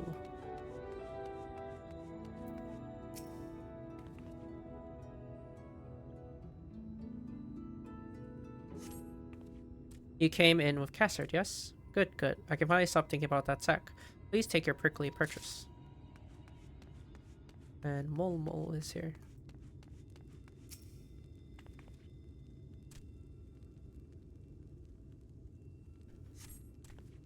Hey, no touching. That merchandise is spoken for. You couldn't possibly change my mind with a better offer.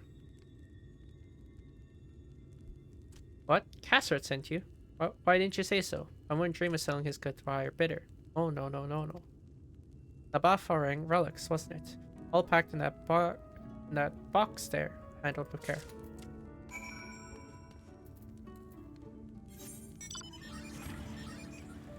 Oh, I forget if I tuned it right. Yeah, I did. Cool.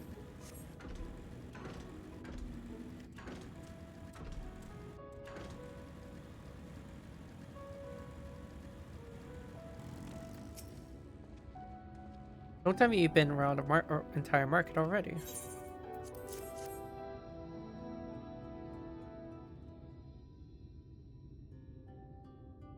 Aye, that's the lot, all right. Good work. And quit work, too, considering you've not set foot in this place before. I thought you wanted to stay in the city like the Exarch, but something tells me you're not a stranger to visiting strange lands. Unfortunately, your efficiency presents something of a problem. I'd hoped to conclude all my business before you return, but it seems there's been some confusion over one of my orders I placed. I'll have to drag in my middleman and sort this mess out.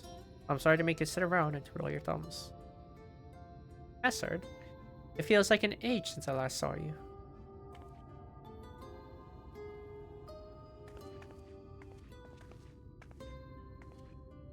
Well, if it isn't the lovely Tesleen. It's been a while, but your timing couldn't be better. This lady was on her way to meet with Alizé. I'm supposed to take her to your corner of the desert, but a misplaced order has commandeered my attention.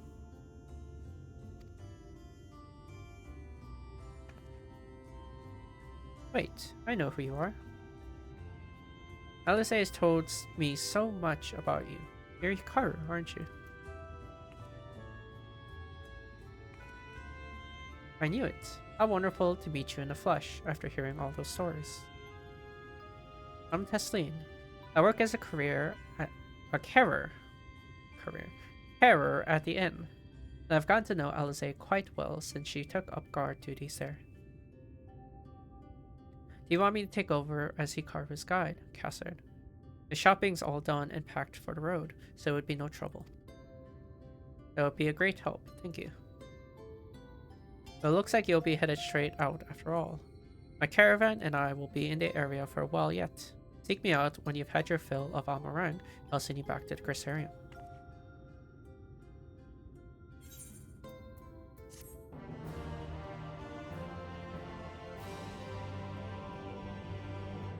Looks like Alizé rushes about us a lot, huh? Judging by her reaction.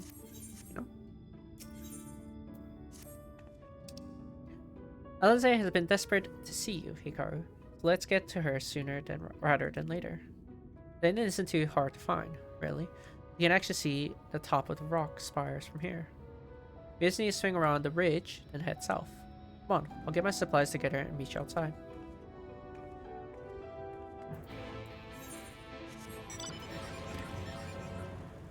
That is probably an ether current. Let me check. Indeed it is. Okay. Greetings, friend. You like helping people, yes? Maybe you could help me too. You see, my son Gun makes me very proud, but very worried. He works very hard. Too hard for his own good. He follows orders. Yes. Follows them until someone tells him to stop. This is very dangerous. Bad for his health. I need you to speak with him, persuade him to rest. He should be near the Red Sarai, probably leaving no stone unturned in his search for relics. Please tell him his father orders him to stop. Where? Oh, that's far. Sure. We'll go and teleport back.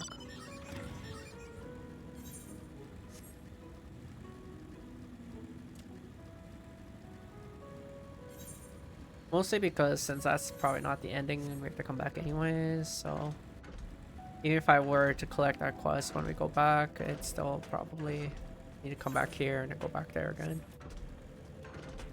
So we'll just do this now. It will save us the trouble. Why not?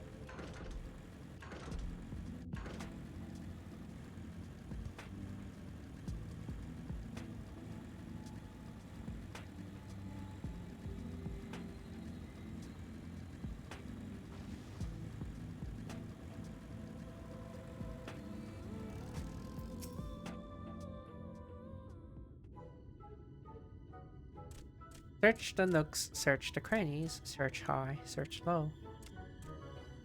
Oh, sorry, I did not see you there. Are you lost? Father says I must rest. That will not do. No. I will stop, but not yet. I need something to show for my efforts. All this scrabbling, all this searching, and still no shinies. You came here to tell me to stop, but if I refuse, your job will not be finished, will it? That will not do either. Wait, I have an idea. If you help me find shinies, my job will be over, your job will be over, and I can rest. Simple, yes?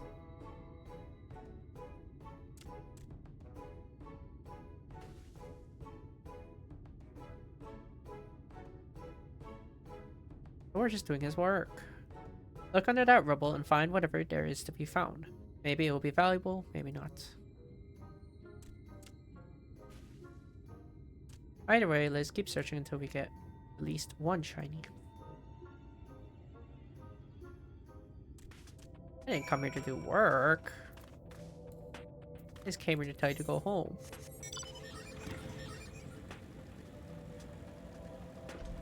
Now I'm the one doing your work.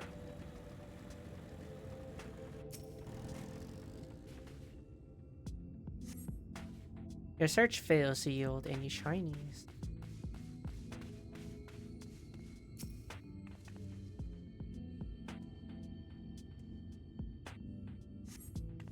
Your search fails to yield any shinies.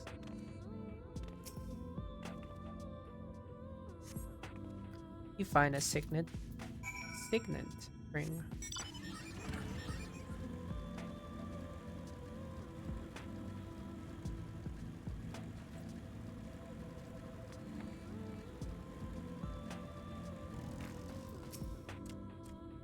What did you find? Not more rubble, I hope.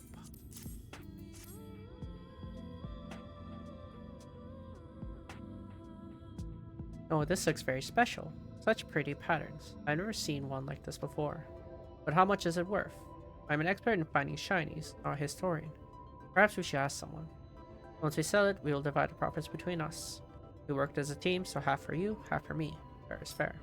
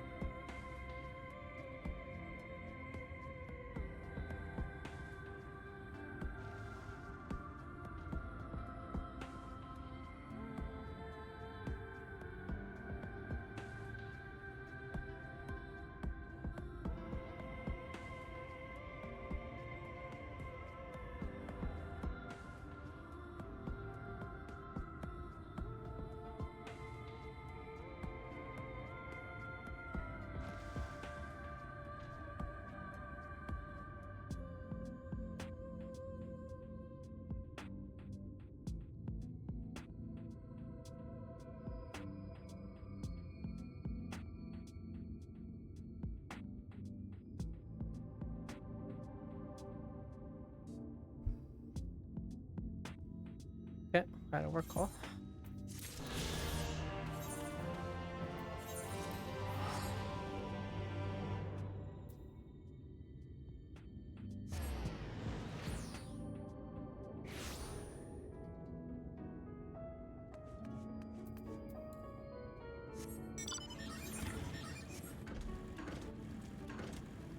It's a shame that a lot of these Aether quests, they like start off as a quest chain with a bit more story behind them and doing whatnot, but I'm too lazy to ever clear that.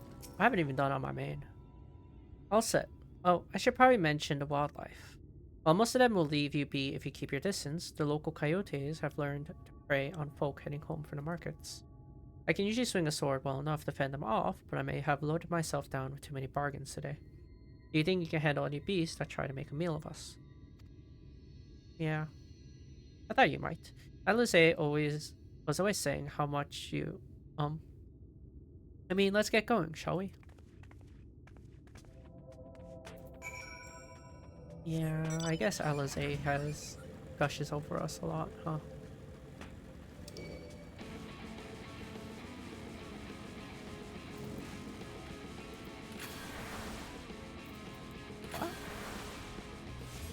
Cancel my cost.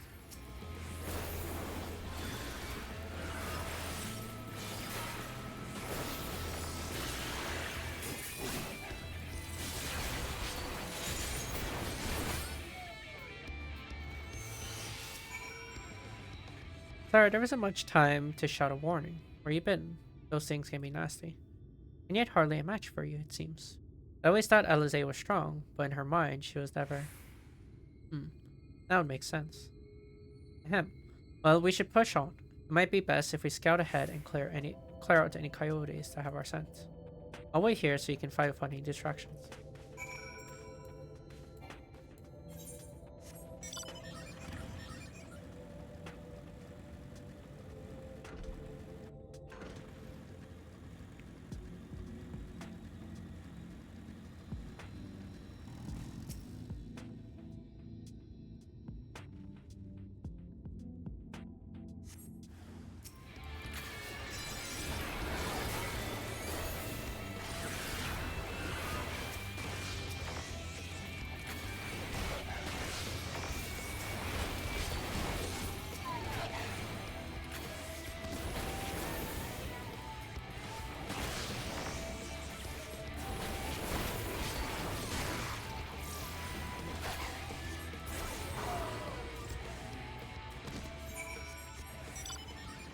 Go back and let testing now. It is safe up ahead.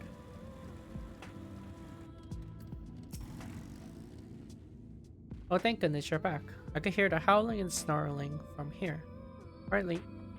Frightful creatures. Let's hope the rest have seen your handiwork and know to avoid us now. I need to get these supplies back to the inn.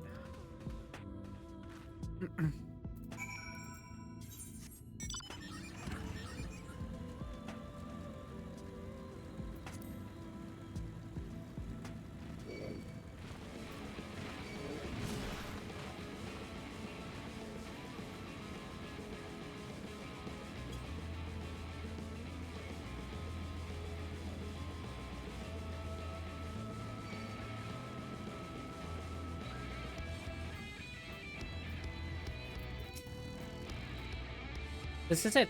Thanks to you, I didn't drop my shopping even once. Come to think of it, I'm glad I didn't make the trip alone. It seems you ended up escorting me.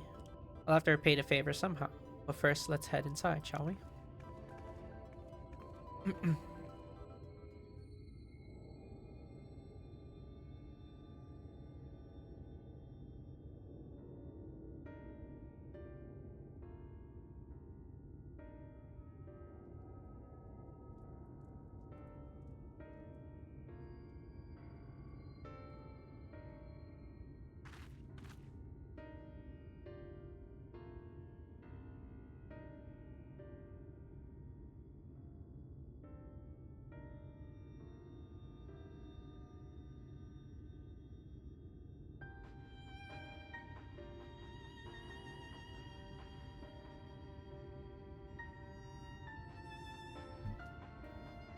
Welcome to the inn at Journey's Head.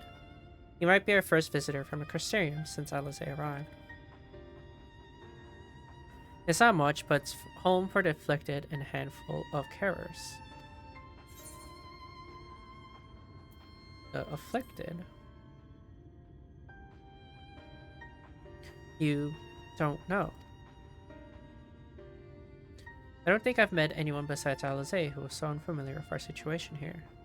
Most folk have grown up knowing someone who knew someone. I might leave out something obvious, so it might be best to have Alizé give you the full explanation.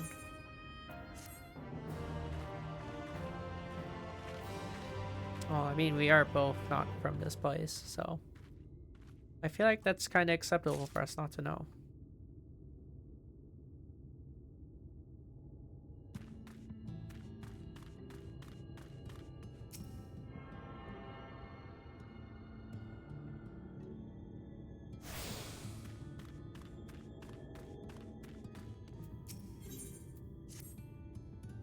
Now, where is she?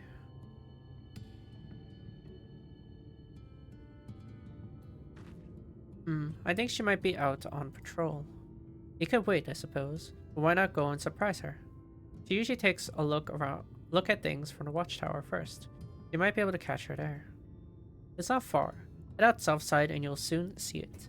I'll stay behind in case she comes back while you're gone.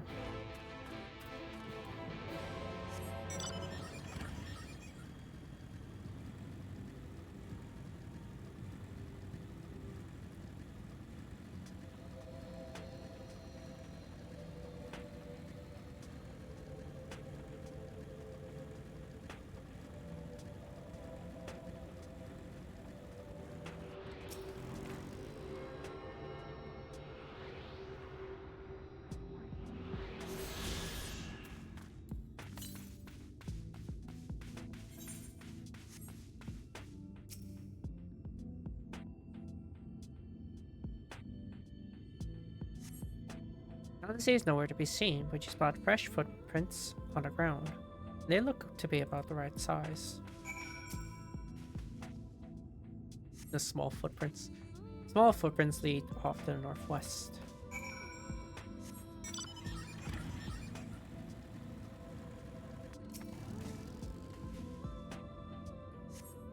The footprints continue on to the northwest.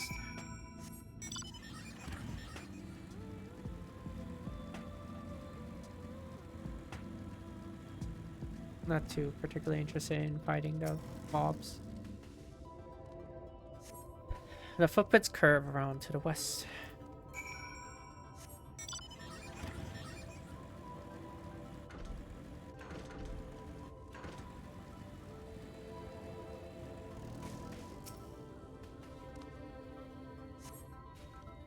There are more tracks here, but they end up in a mess in the disturbed sand.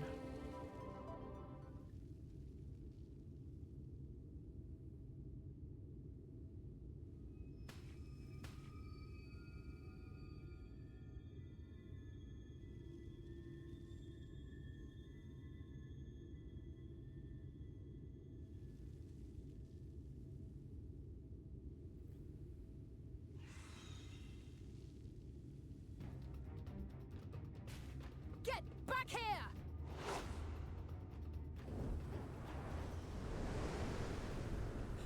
Is that... It can't be.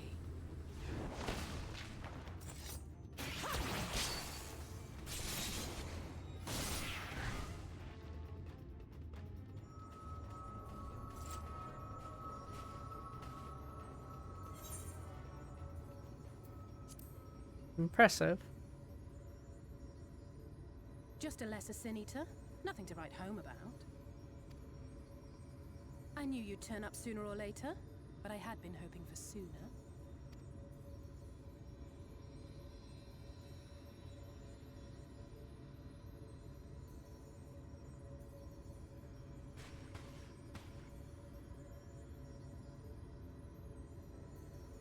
How are you?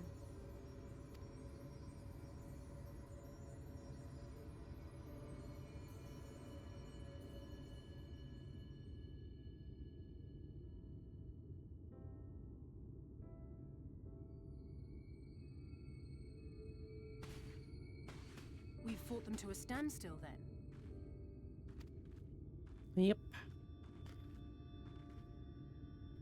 The Exarch did say that the Empire seemed to have drawn back when he last looked. I'm Oh, heartily shoot. relieved to hear that Sorry. it hasn't. Just as Alphino must have been. As you can imagine, both he and Urianger were desperate to hear the news from home when I arrived. Well, what she said was, before I skip accent, the Exarch did say that the Empire seemed to have been drawn back when he last looked in on a source. Without knowing for sure how fast time was passing there, I can't help but worry that a lot might have happened since then. I haven't actually seen Thancred and Y'shtola yet, but they will have heard all the latest developments from the Exarch by now, or should have at least.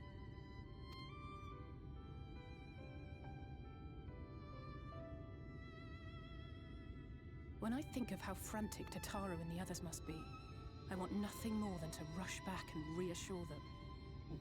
But we still haven't found a way to reverse the summoning. And even if we had, we couldn't just ignore Urianger's vision.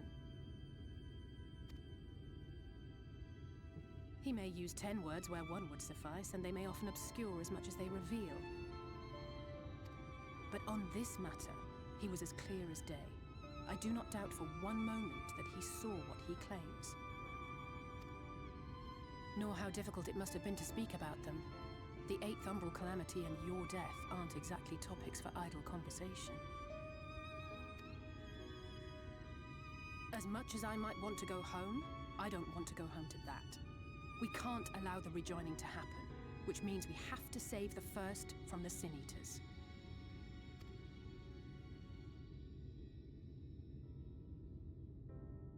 That great wall of white is a remnant of the Flood. 100 years ago, the balance in the first tipped decisively in favor of light. From that moment, it rose and swelled with each passing day, and then, without warning, it burst forth like water from a broken dam. A colossal wave of pure light, drowning everything in its wake. Only Norvrant was spared. For the most part, living things are composed of ether of various different aspects. But when exposed to such a flood, their etheric harmony is shattered, and their natural form breaks down.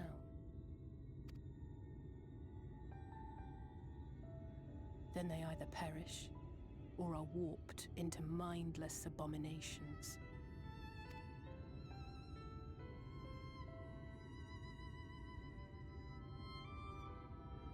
Yes, that's how the Sin Eaters came to be.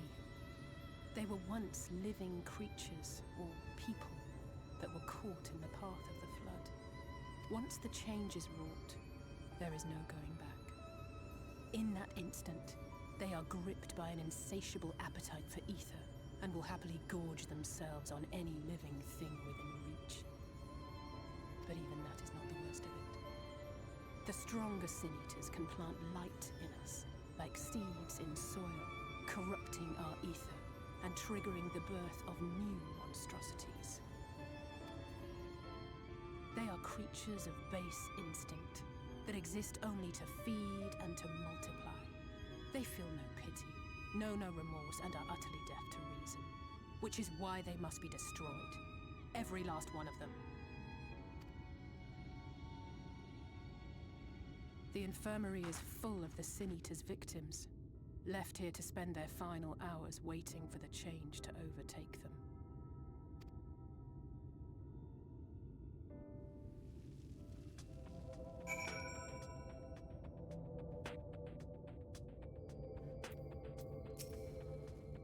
It's just a matter of time. More for some, less for others. Those patients will all become monsters in the end. And to add insult to injury, the afflicted are feared, shunned, cast out of society, and exiled here to the edge of the world.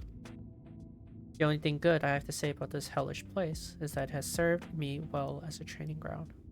Esseline and the others have also been kind enough to share their knowledge of the Sin Eaters, which is knowledge I can now share with you, while you help me finish my patrol, of course. Here's what we'll do. I'll take the east side of the inn and you clear the west. That way you can have an undiluted experience with the resident terrors. These marks on your map are where the usual trouble spots are. You can assume that any beast with a white hide or carapace is a Sin Eater, but you'll know for sure soon enough when they come slavering after your Aether. Remember, it's kill or be killed with these monsters. Once you've slain whatever's prowling around there, we can rendezvous back at the north entrance. Good hunting.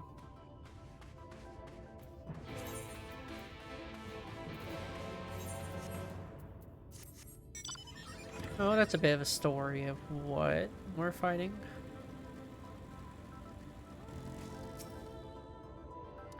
Because they always talk about like what, like Sin Eaters, or like Sin Eaters in general. Well, not much of like what they are.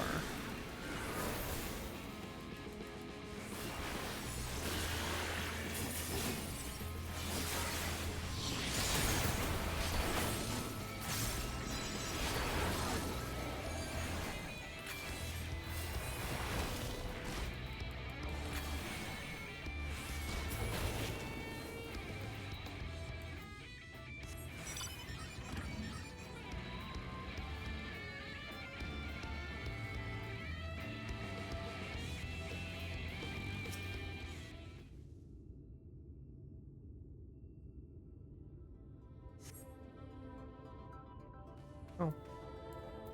There's no monsters.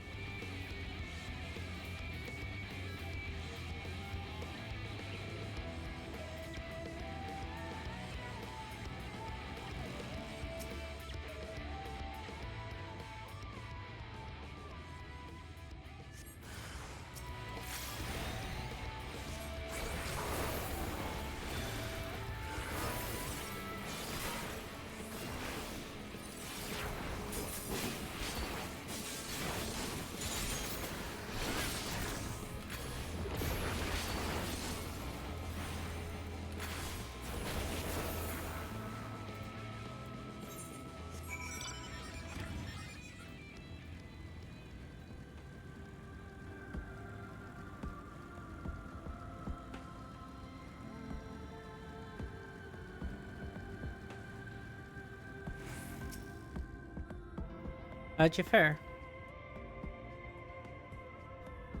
I thought there might be one or two lurking in the fringes. Nothing out of the ordinary for this area. I expect you've noticed it yourself, but individually these lesser Sin Eaters are no more deadly than any natural predator you might encounter in the desert. It's when they appear in numbers that they pose a threat. Much like the Void Scent, they have an unfortunately tendency to flock to the strongest of their kind. Thus, when a powerful Sin Eater goes on a hunt, it might be attended by a veritable swarm of weaker kin. Imagine an army of such creatures descending on a village or hamlet. That's a basic idea behind my patrols. They call their ranks often enough that their numbers won't be overwhelming when the big one comes out to play, and you've certainly helped out on that front. Let's support our victories to Tesline, shall we?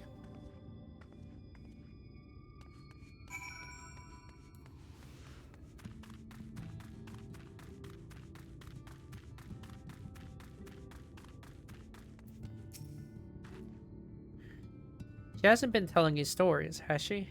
Oh gods. She has. Elsie tells me you helped out on her patrol. You have our thanks, and my apologies for leading you from one battle to another, ever since the moment we met.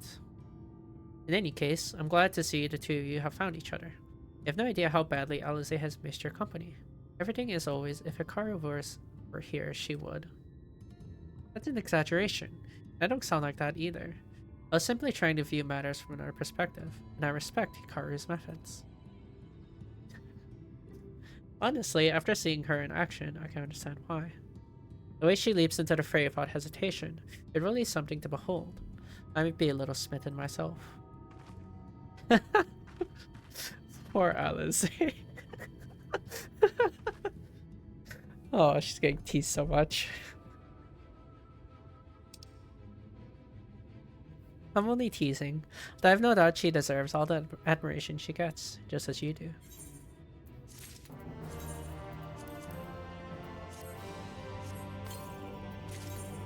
It's funny.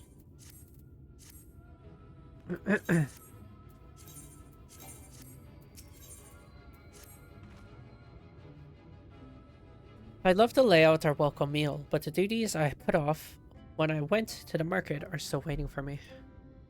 There are hundreds and one things that needs doing. I'm sorry, but would you mind waiting here while I say?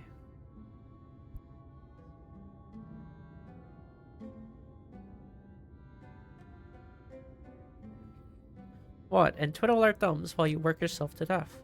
Surely there's something we can do. We can help you with.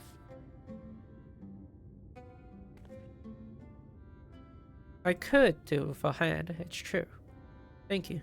You can start by helping me sort out the larder, Alize. While we do that, could you tend a few patients, perhaps? There are 3 in particular I mean to visit. It's just a matter of saying a few words, though, and seeing that their skin isn't caked in sand. Their names are Pawnil, Auden, and Halric. They may not give much in the way of response, but I promise they'll be pleased to meet someone new.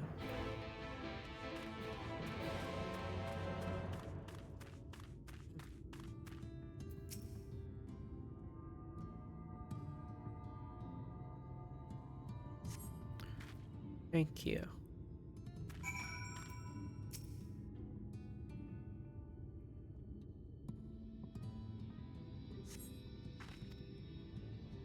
Paladin glances up to look at you blankly, but you notice the tension in his face ease slightly.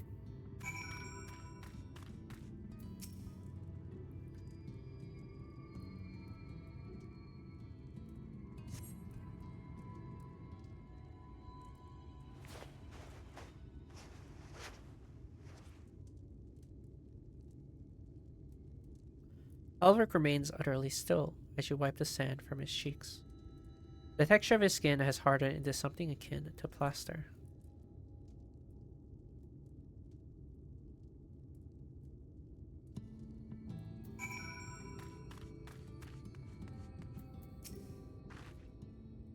You've seen to the patients. How were they? Good. That's good.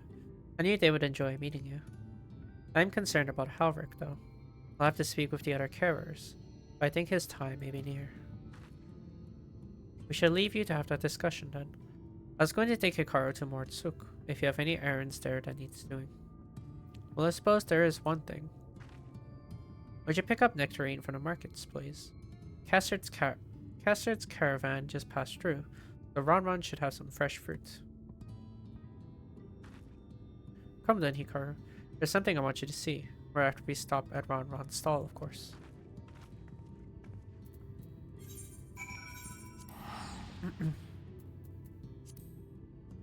We just came from the markets and we're going back.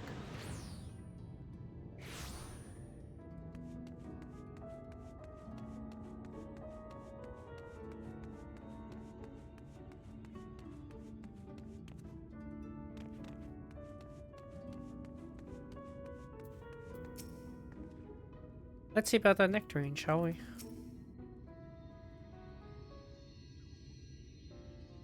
Oh, back again, are you? You need another taste of Ron's wares. Actually, we're looking to buy a nectarine. Do you have any in stock? Oh yes, nectarine, peaches, grapes, fresh and juicy. Given how richly you cracked your coin purse with me, I might still owe you food. Here, take this one, free of charge.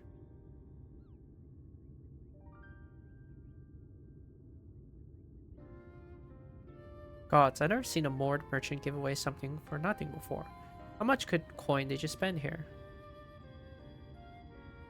Oh yes, I'll take a jar of honeyed worms as well. Oh no, they're not for me. It's an offering of sorts. Ahem, the worms if you please.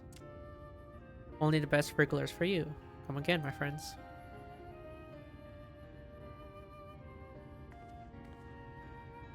Right, that's our shopping chores taken care of. Let's head up past the 8th right to the main tower. The view I want to show you can only be seen from its very top.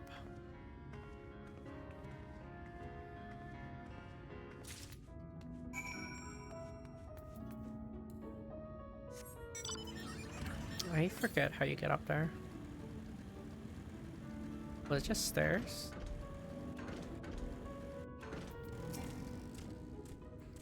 Here are your precious worms. That buys us a trip to the top of the tower, does it not? Blaze Wrigglers, you actually brought them. I really shouldn't let you, but just this once, alright? Only once. Never fails, shall we?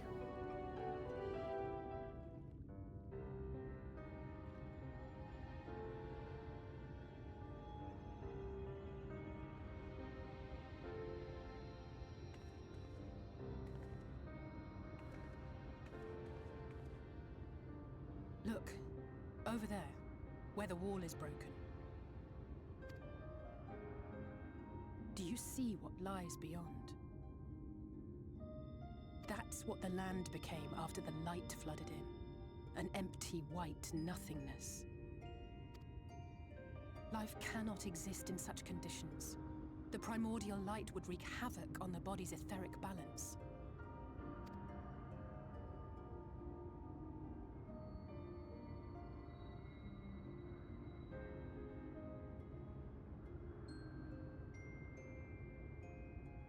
That nectarine you bought, it's Halric's favorite fruit.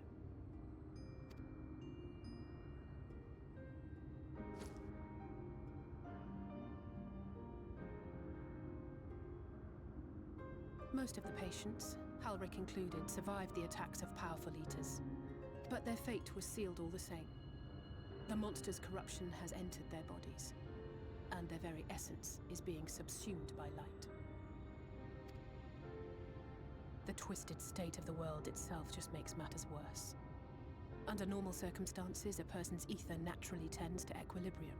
But for these poor souls, the opposite is true. Sooner or later, every single one of them will turn.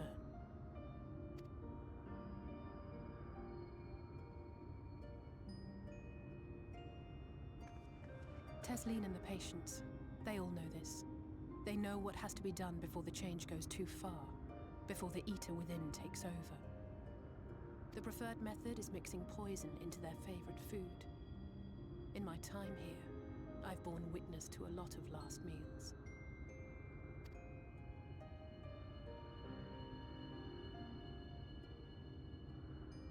I feel just as helpless as before. No matter how hard I fight, it's never enough.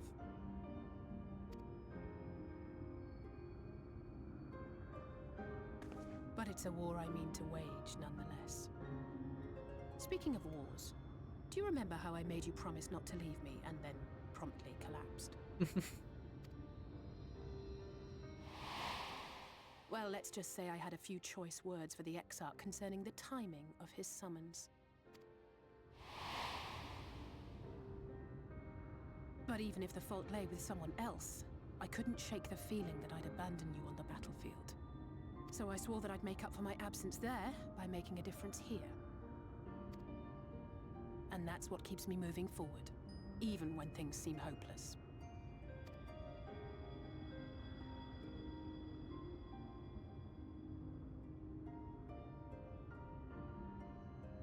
On which note, it's time we headed back.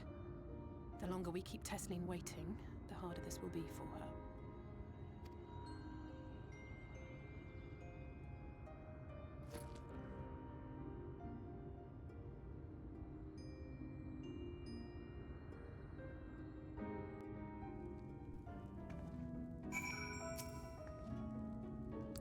I'm glad I was able to show you that. When it comes to understanding the catastrophe which befell the first, one glimpse of the empty wasteland beyond the wall is worth more than an hour of Rianche's lecturing. And I needed you to know, beyond a doubt, that Tesleen has no other choice. The nectarine will be a kindness. It isn't just a threat posed to others. When a person becomes an eater, the pain appears to be excruciating. The carers are truly fond of their wards, and would spare them that suffering. It is their way of fighting back against a fate worse than death.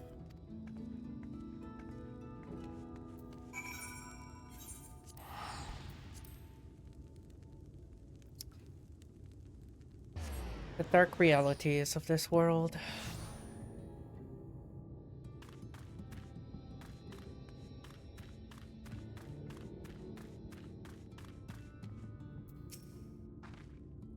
Go ahead. I think she's been waiting for us. You're back. I hope you had a nice time. Did you manage to find a nectarine?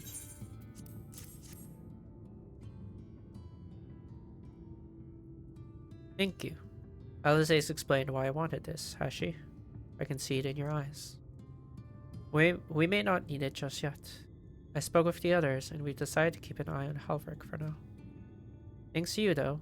His time does come suddenly. We'll be ready to send him on his way, with a taste of happier days.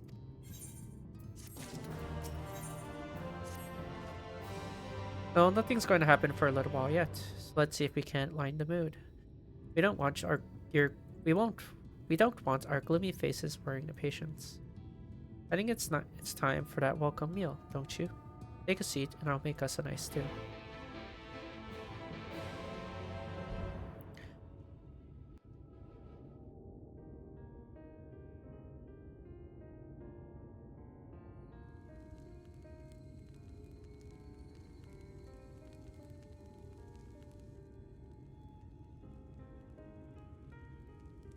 Speak up if you'd like another helping.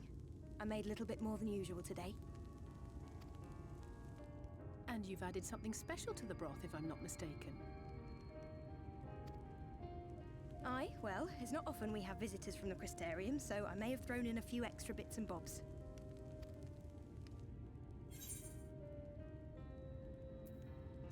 Needn't have gone to the trouble. Oh, it's nothing, really. And we do so rarely have guests.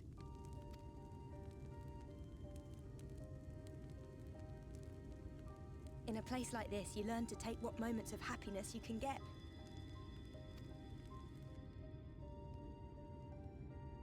I remember when I first came here with my mother. She was showing the early signs.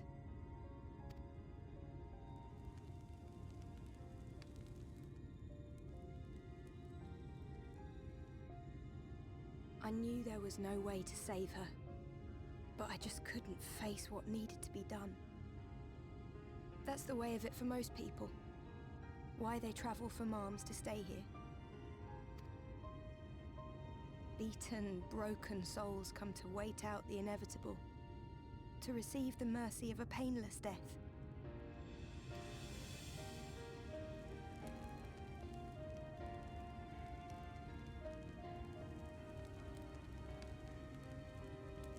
When my mother finally left this world, I was mad with grief, but also thankful that her passing was a peaceful one.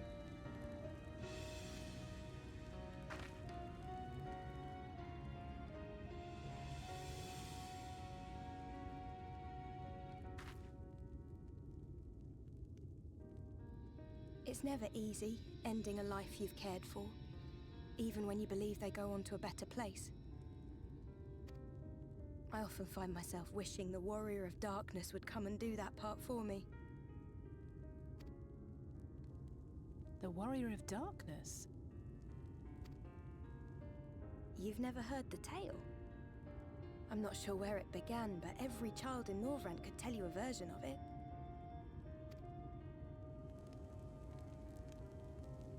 Warrior of Darkness, servant of death, take care of our souls at our dying breath. Let sinners and eaters of sin go with thee, that all may return to the sunless sea. Well, that's the version I was taught anyway. It's just an old bedtime story. He's certainly never deigned to visit us here. Which is a good thing, surely. He sounds rather ominous. Do you think so? I always liked the idea that he treated every soul the same, even the Sin Eaters.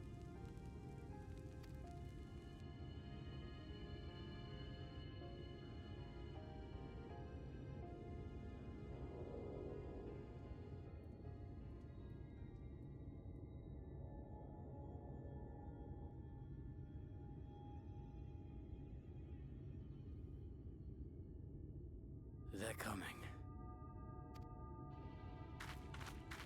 Tesleen!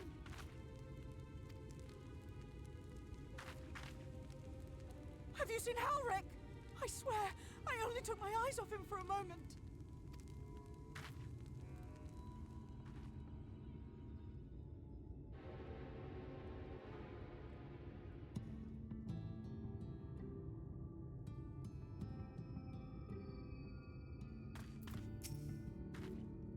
This is my fault. The patients were acting strangely and I let it distract me. Where could he have gone? Hikaru, Alize, we have to go look for Halric. I don't know what's gone into him, but if he's wandering out there alone. We'll assign search areas and split up. Any ideas where he might be headed? No, he's never done anything like this before. But it can't be a coincidence that the other patients are suddenly so agitated. They can sense something. In any case, let's keep the search close to the inn. Ulrich isn't very sure on his feet, and he won't have gone far. I'll search the east side. Please, Ulrich, please be alright. I'll cover the north and west. You take everything from here to the south.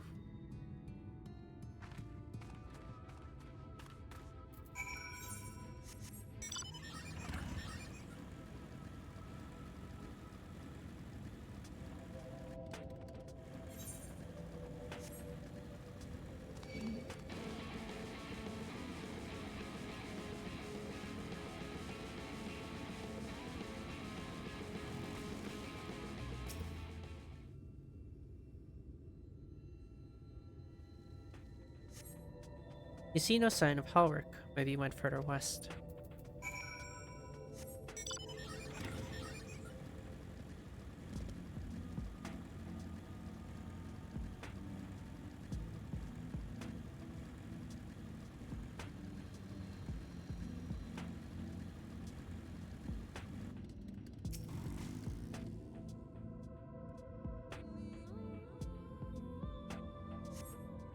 You scan your surroundings in search of Halric, and suddenly find yourself under attack.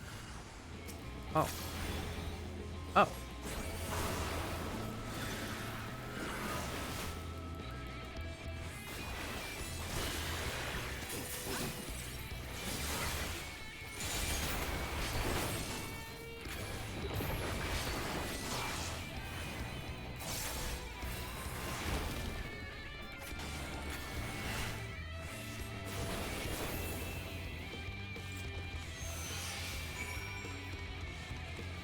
Interesting to find that one.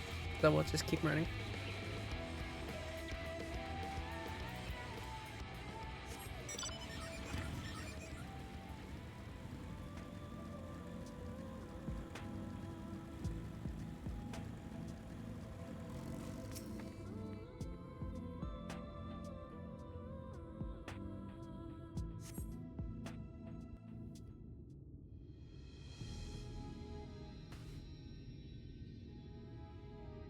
Any sign of him? Nope.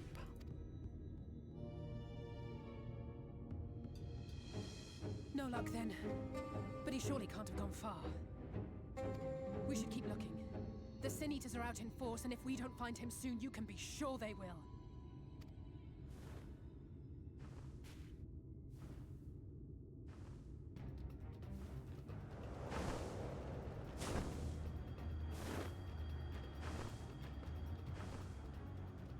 Did you see the size of that thing? It must be one of the nasty ones. Wherever it's going, it can only mean trouble. After it!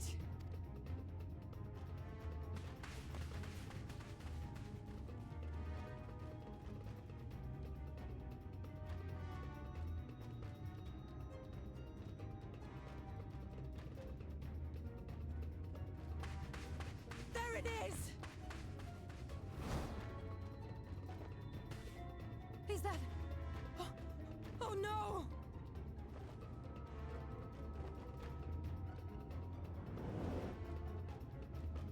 Halric!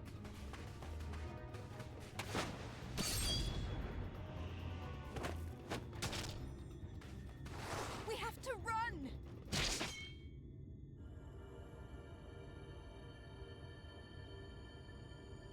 Tesseline!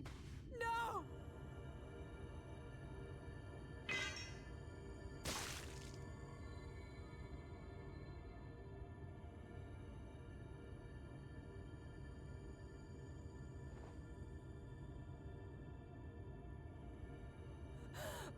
We all deserve happiness, wherever we can find it.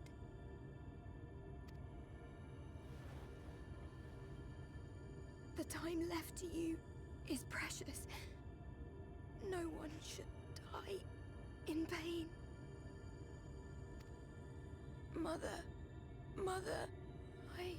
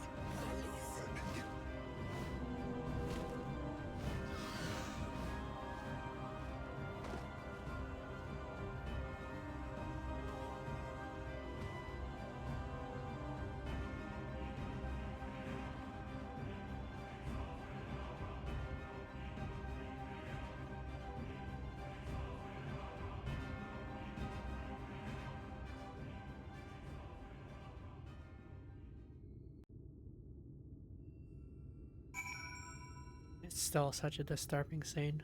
That is. Such a disturbing scene. My goodness. I'm sorry, Hikaru. I tried to tell the carers what happened, but I couldn't be the shoulder to lean on. Not like this.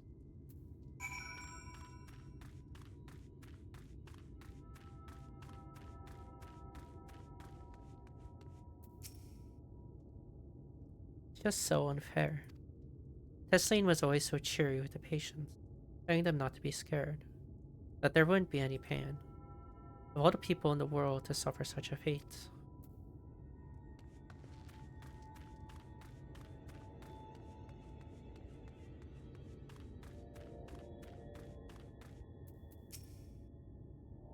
Imagine you're just as shocked as the rest of us. I appreciate what you're doing here. Me? I can barely. I don't have the words. Without a body, we can't even give her a proper burial. And she cared about that sort of things. About giving people the chance to say their goodbyes.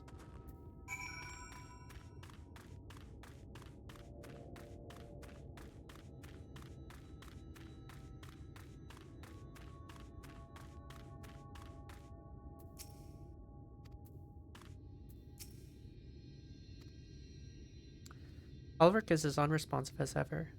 He stands motionless, staring up into the sky where the Sin Eater made their escape.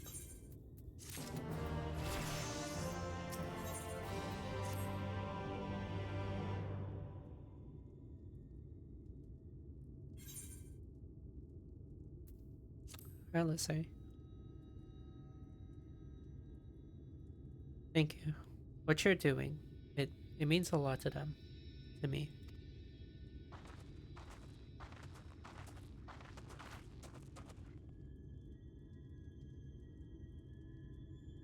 Sorry to interrupt. We realize we haven't thanked you for rescuing Halvrik. You weren't hurt at all, were you? Hurt? There wasn't even a fight. It was too late, too slow, and I thought I could protect you. You can't blame yourself for things beyond your control. You brought Halvrik back safe and sound. No one could have done any more. I'm sorry, but I've come to a decision. I won't be continuing my role here. Did I skip something? No, I did. I hope you will forgive me for leaving you, and that you will delay Halrick's last meal for as long as you can possibly can. Not until it's too late, of course. Just give him what time you can.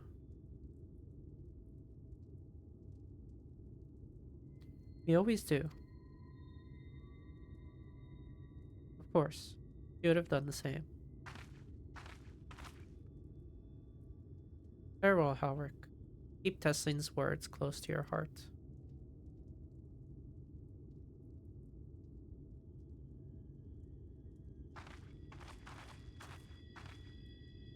Wait, you're leaving this very moment. I understand how you must feel, but surely this is a bit hasty. Do you even have anywhere to go? I have a destination in mind, yes, and a purpose. This damned light building won't cease. It's the reason we can't save these corrupted by the eaters. What if we corrected the balance? Even if it were only little by little, even if it took years, it would surely make things better. Now hold on there. Everyone knows there's too much light, but how could you ever hope to get rid of it? You'd have to change the whole world. That's right.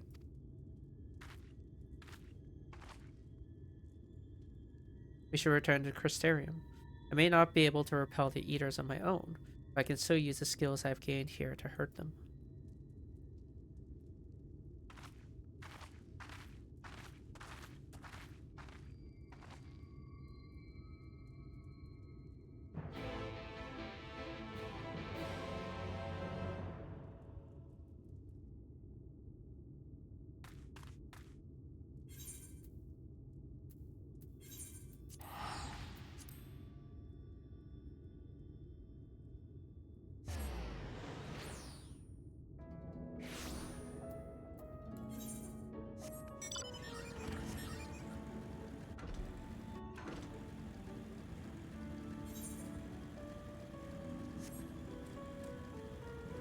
Gosh, it's disturbing in so many levels for that scene. Obviously visually it's like disturbing, but even just narrative wise. It's as a caretaker said, right? That scene's the one that's was saying how no one should die a painful death. And yet she's the one that does have to suffer that.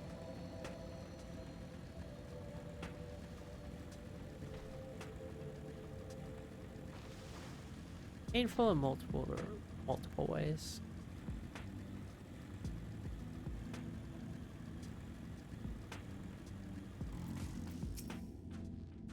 Hikaru, good to see you again. You look like you have a story to tell. Story or two to tell. I sense you'd sooner get back to Crystarium. Forgive me, Hikaru. I couldn't stay there a moment longer. But I was serious about what I said.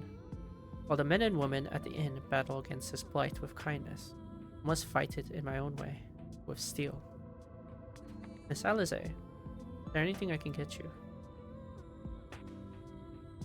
Your swiftest Amuro. I need to return to Crystarium immediately. As you wish.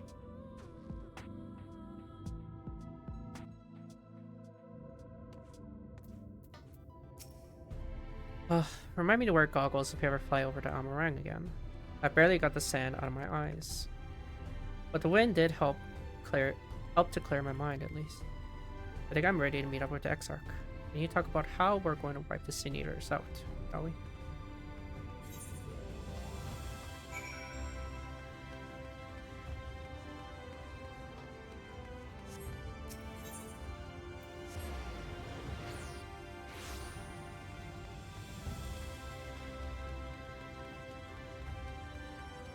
This is like a double hit to Alize as well, but she's always struggled with the fact that she can't change things. And seeing another die, essentially, hopeless, with her helpless to the situation, probably doesn't help. I see you were reunited with Alize. but I dare say you found little ease to celebrate in Amarang. Thank you for seeking me out, Hikara. It means a lot to have you there at my side. I was tempted to set off again the moment we had decided upon a direction, but you still had to visit Alphino, haven't you? If I know my brother, he'll be on the cusp of discovering something vital to our success, if he hasn't already. I'm content to stay here and consider our options for the time being, but don't keep me waiting too long, eh?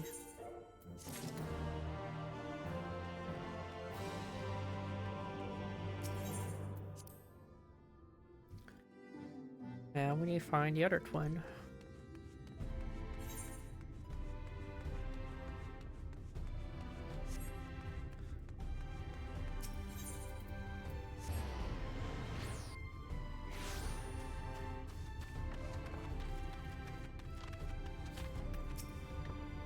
Your face is unknown to me. What business have you at my rookery?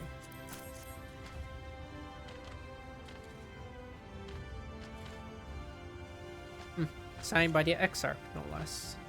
Yes, I can help provide you with an armor for passage to Colusia. I will pick you out a friendly whelp. Armor often used for travel, then. That's right. Mounts like my grey friend over here, there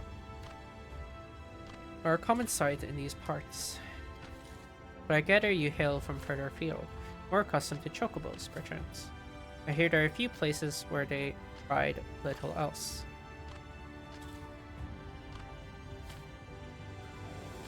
Seeing as you are plainly unaccustomed to riding Amuro, I think it best I accompany you on this flight myself. Any son worthy of the name could do it, of course, but the Exarch sent you to me. Ensuring your arrival safely is my responsibility. Gather your things and meet me at the Amuro launch. One of our junior tamers will attend to you while I ready the mounts.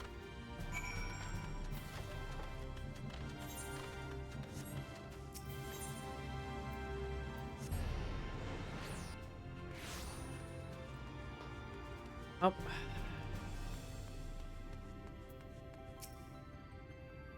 You want to fly an Amuro to Colusia? Well, I suppose if Master DeGenrai is going with you. Wait here, please. The Master should be along with the mount shortly.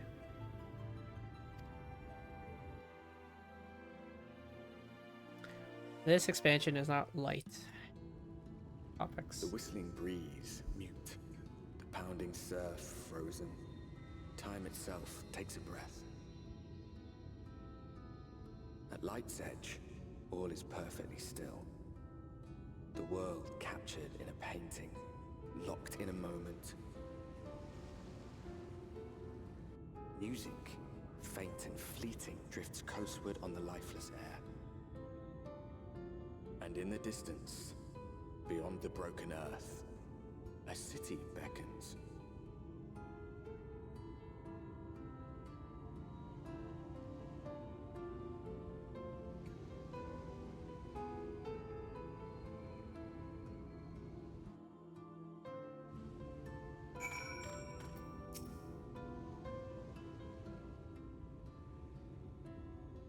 We are arrived.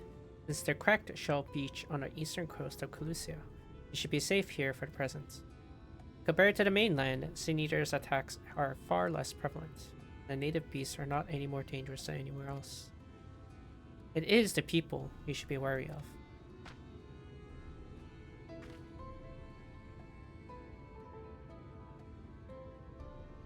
Spy you that city in the distance. That is Yulmore, the island's main settlement.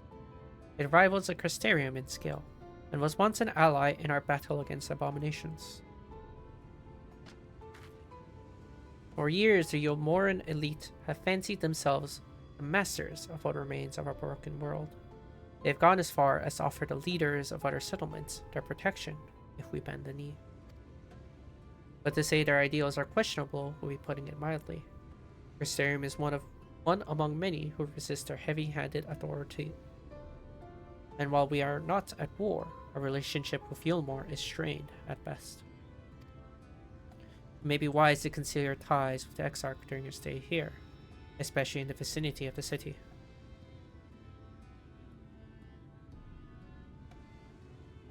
I'm glad we understand each other.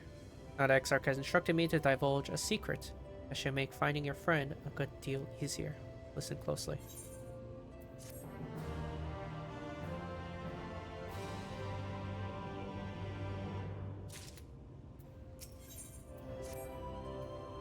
If you head south along the coast, you will eventually come to a fisherman's shack. A friend of the Crystarium lives there, a man who goes by the name of Ivor. Ivor keeps an eye on everything that happens in Colusia and will be able to point you to the right direction. Hand him a sprig of time that will let him know that you can be trusted. Here, this should be enough. Find your friend. I will stay here with the Amaro until you're ready to return.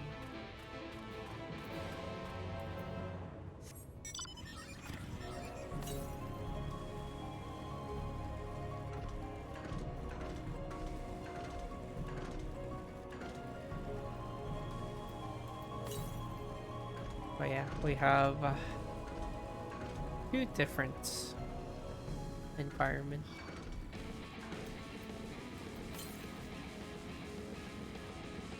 Almaring, a place where people will journey to meet their end.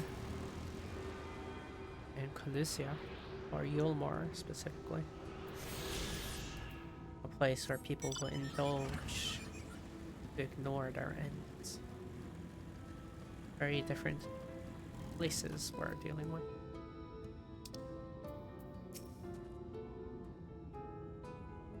What you after? Fish? Crab? I think we'll get an eel in the barrel somewhere if you have taste for him.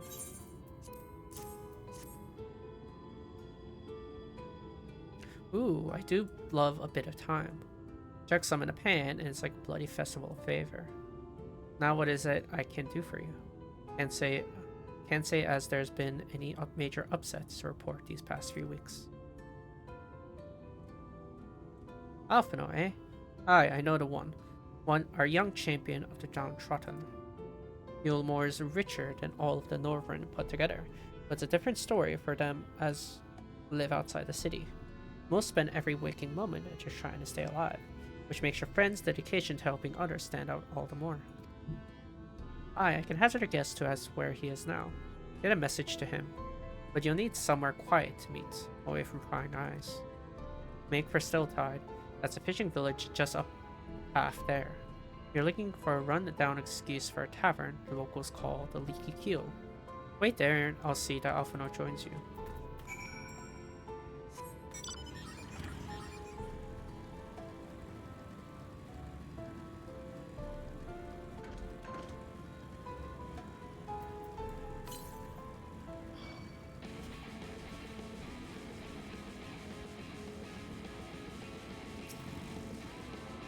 Turn to the right first. We do need these things.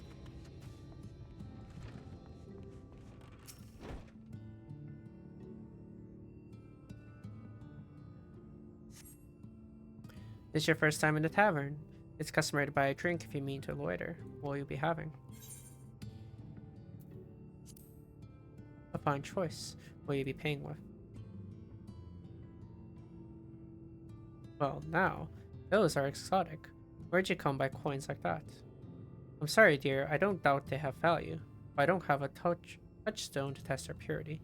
I'm not going to go begging for one from the neighbors, so we'll just have to come to some other arrangement. Ah, here's an idea. There's a common to the north, where we grow our vegetables. Well, lately the pests have been eating more of them than we have. What do you say of a bit of extermination work? I want you to squash any vermin you find, then visit the caretaker and give him an earful from me for sleeping on the job. He'll be in the old silo next to the fence, snoring like it's not. Do that for me, and you can laze about here as long as you like.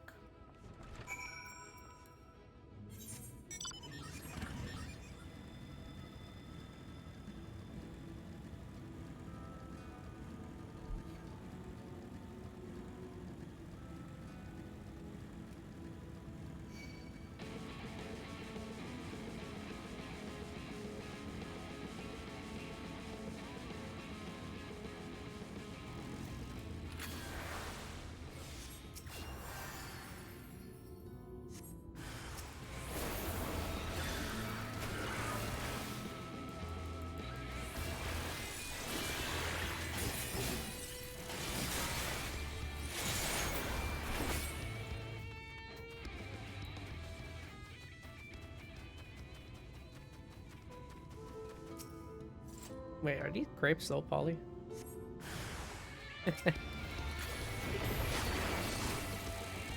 Endwalker grapes are like infamous.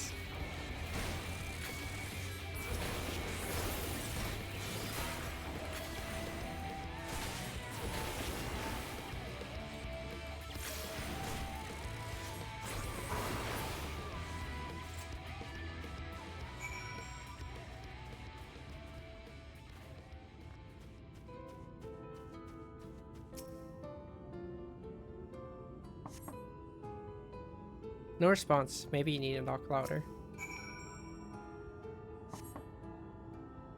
No response. Perhaps the occupant is hard of hearing.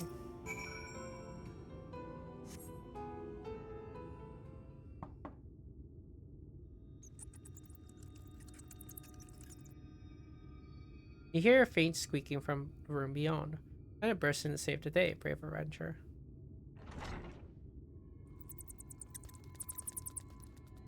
No one is home, and judging by the lack of furniture, they haven't been for some time.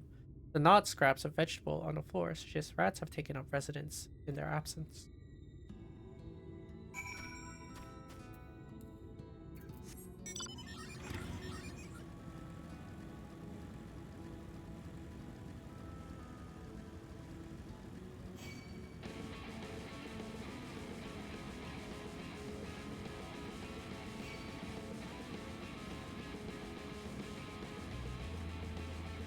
Where could he have gone? Welcome back, dear.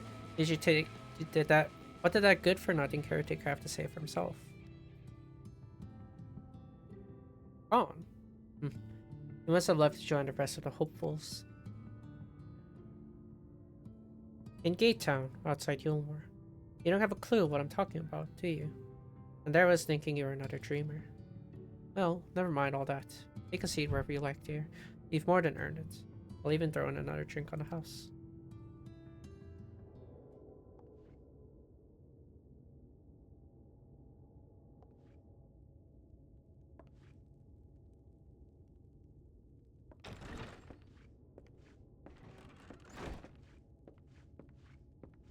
And how is business today, Mistress Theva?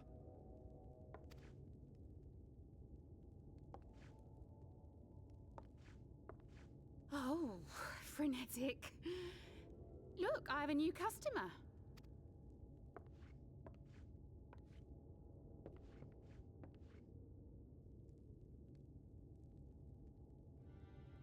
Tis good to see you, my friend.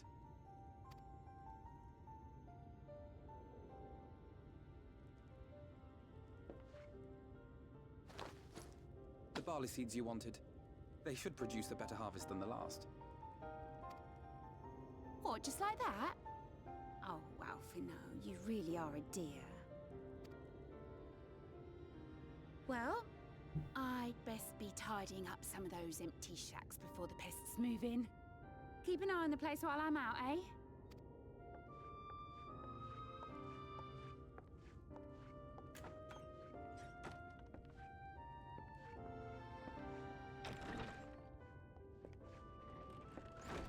It seems an age since last we spoke.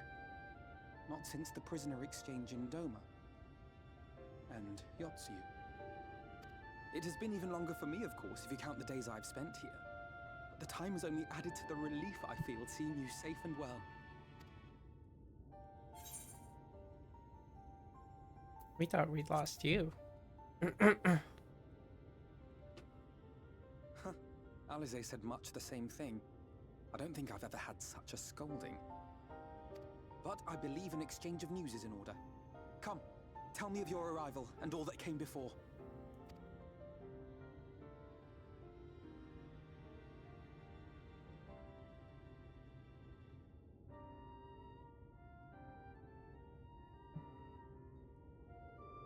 I see. Both the Exarch and Alize told me what they knew of events, but I had stubbornly clung on to the hope that all-out war might yet be avoidable.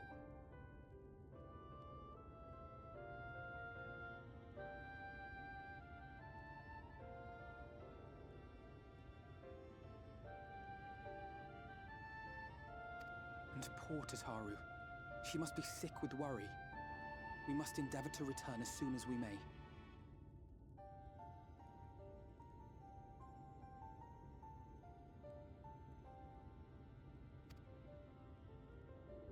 It would be nice to bring her good tidings for a change.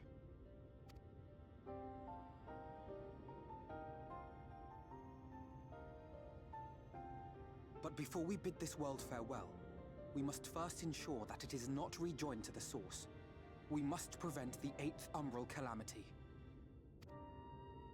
Urianger's vision of the future has, I fear, every chance of coming true. By his description, the catalyst for the calamity was a formless and deadly weapon employed by the Garlean Empire.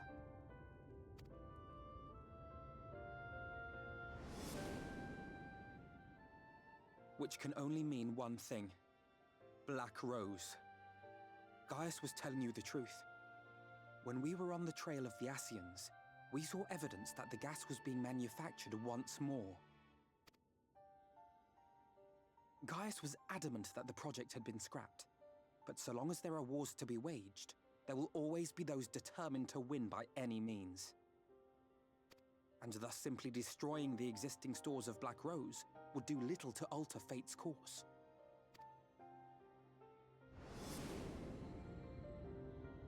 In that sense, our involuntary journey here to the First was something of a boon. Together with the Exarch, we've developed a theory as to how we believe the rejoining will be set in motion. I'm sure Urianger himself will cover the subject in more detail. But I can tell you the process requires that both worlds, the Source and the First, be facing an existential threat. One being Sin Eaters, of course. They are a menace that I would dearly love to remove, and not just to avert a calamity.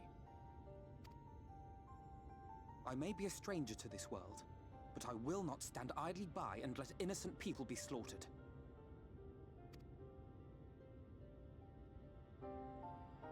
That is what brought me to the gates of Yulmore. Ignoring its pretensions as a kind of capital city to what remains of the world, it is nonetheless a center of power and authority. If any solutions are to be found, I believe our search should begin there. What say you, old friend? Hungry for another adventure?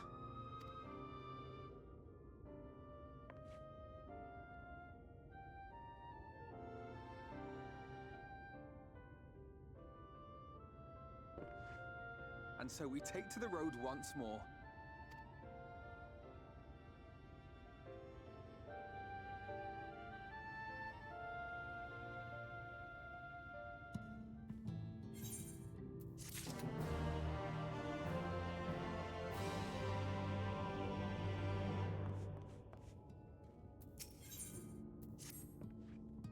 Assuming you have no objections, let's make our way directly to the sea outskirts. If we time our arrival just right, you may be lucky enough to see why I have yet to set foot in Yulmore, despite my best effort to do so. Come, from here we must head west, and then cross a small bridge. What about the tavern? I thought you were supposed to watch over the tavern. Like, we're just gonna leave it unguarded?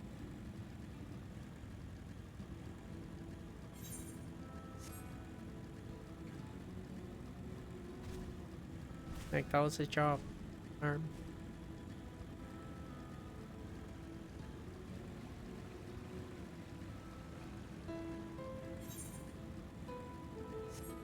I need an inventory clean again. Calusia seems peaceful, does it not? Almost familiar. I had a similar impression of the Crystarium. Even in this distant world, people are much the same. To think that whenever a calamity struck the source, a reflection such as this one, with all its culture and history, was being erased from existence. Oh, get away from me. Oh. Over there. Quickly, someone's in trouble.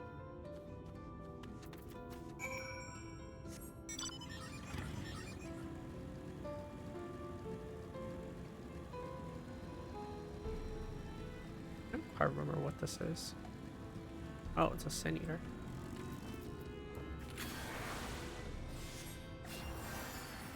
Well, thank the fates. You look out.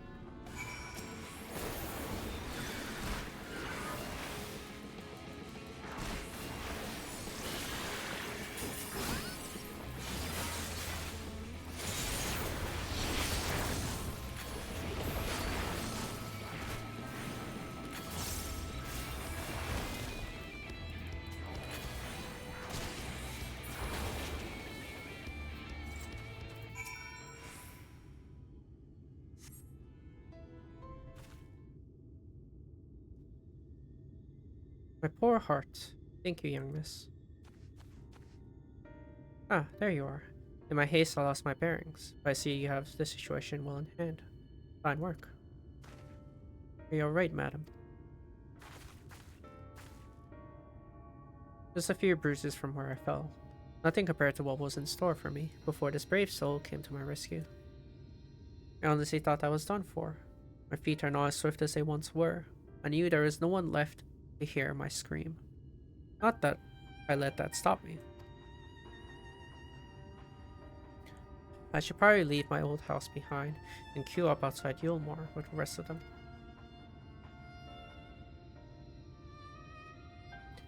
Thought those fancy lords and ladies would welcome an old crone like me. Still, even a shack near the gate has to be safer than staying here. What alt is this one? Same one I've had. One would hope. Either way, I suggest you avoid wandering alone, lest you make the Sin Eater's task any easier. Thank you again.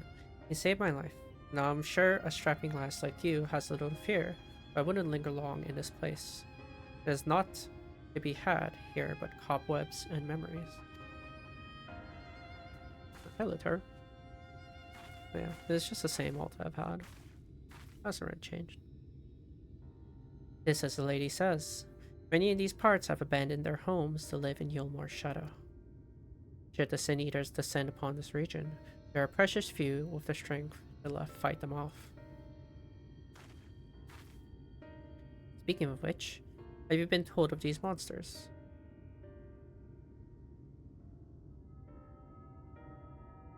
Ah yes, Alize would be well qualified to speak on the subject. Compared with Almarang, Luzia is almost a haven, but as you saw, we cannot let our guard down. Had you arrived but a few moments later, the Sin Eaters would have claimed another victim.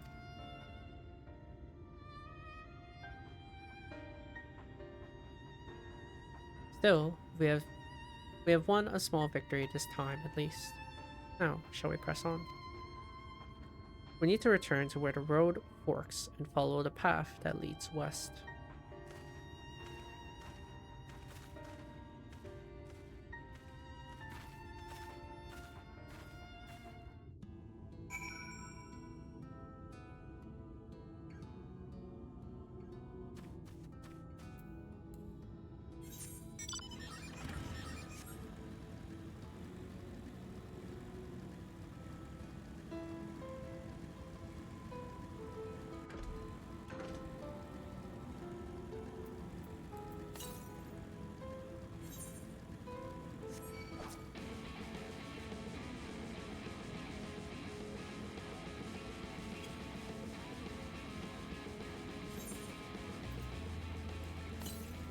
Made Aether currents a lot less.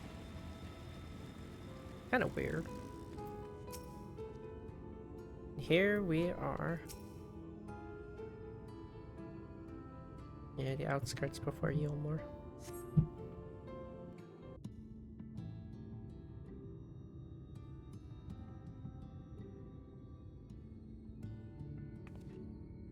That gate up ahead is known as the Open Arms, and Yulmore itself lies beyond. This, meanwhile, is the aptly named Gate Town, the dwelling place of the many desperate souls who hope to be chosen to live in the city proper.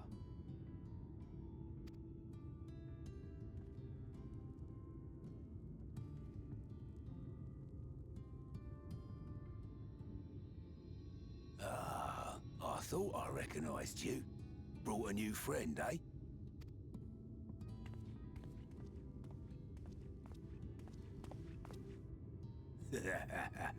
I'll bet you got a trick or two up your sleeve. Maybe even 3. Care to show me?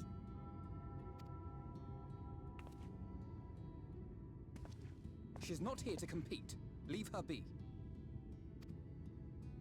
What? I was only making conversation.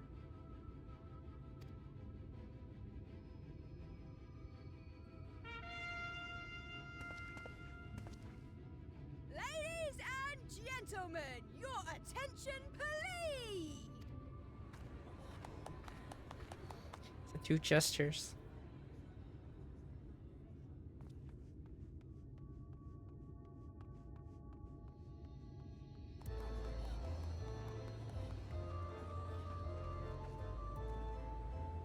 Greetings to our hopeful petitioners, one and all. Yulmore extends its warmest regards. Let it be known that a lady of distinction wishes to dine on fish divine. We seek a master culinarian who can guarantee seafood perfection. Dazzle the matron with your delicious dishes, and life in the city will be yours to enjoy, even on days when fish is not on the menu! Who among you will answer the call?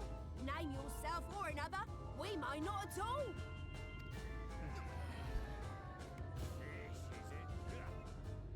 Was there anyone? What about that girl? Do you recall how I said Yulmore was a center of power and authority? Well, that is not the only reason for its fame. It is also known as the City of Final Pleasures. The noble and the wealthy who survived the flood gathered here to live out the rest of their days in decadent abandon. A poor man could sooner pass through the Iron Needle than Yulmore's gates. The only way the common folk can enter this perverted paradise is if they fulfill the whim of one of the privileged, and so they are picked over like market produce.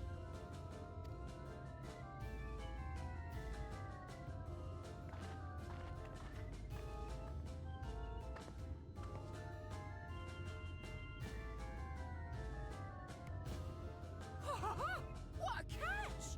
We'll not be throwing this one back! Having seen your all too obvious charms, we welcome you with open arms. Come, join us in a city of splendor and live out your life in an ecstasy of endeavor. I wasn't paying attention. Have they been rhyming the whole time?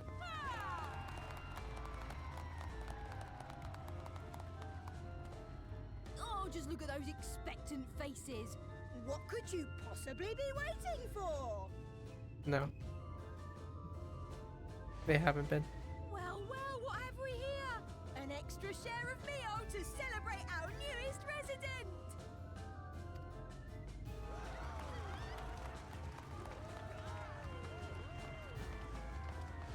For you! Enjoy! Thank goodness. Meal is a foodstuff which Yulmore routinely doles out to the people of Gatetown, and apparently a staple for its citizens as well. Many here rely on it to survive in these times of scarcity. Yet the whole arrangement just seems...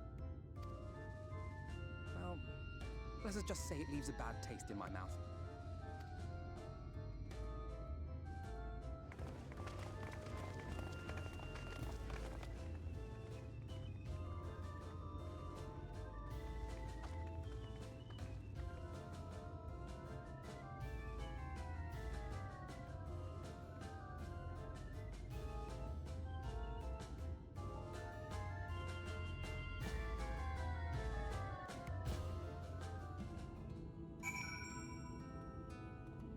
I didn't realize I ever looked back. I don't remember that part. Now you understand why my attempts to enter the city have thus far come to naught. The dubious privilege of residency must be won via a contest via ever-changing rules. They say this policy has been in place for the past 2 decades, ever since Yulmore's current ruler came into power. Yet from what I've seen, it does more harm than good. Not only does it distract people from our shared struggle against the Sin Eaters, it robs them of their self-sufficiency. I've tried to propose ways they can improve their lot, but my words invariably fall on deaf ears. The attitude is so entrenched now. I worry that, well, mayhap you should take a turn around Gate Town and judge the situation for yourself. Alrighty. Oh, I'll stop here. So we met with one twin. Well, completely reunion. Had a reunion with one. Going through halfway through Alphanos. Learn more about the world and have experience with a darker story writing they have with this expansion. So for now, we'll end it here. So thank you all for watching.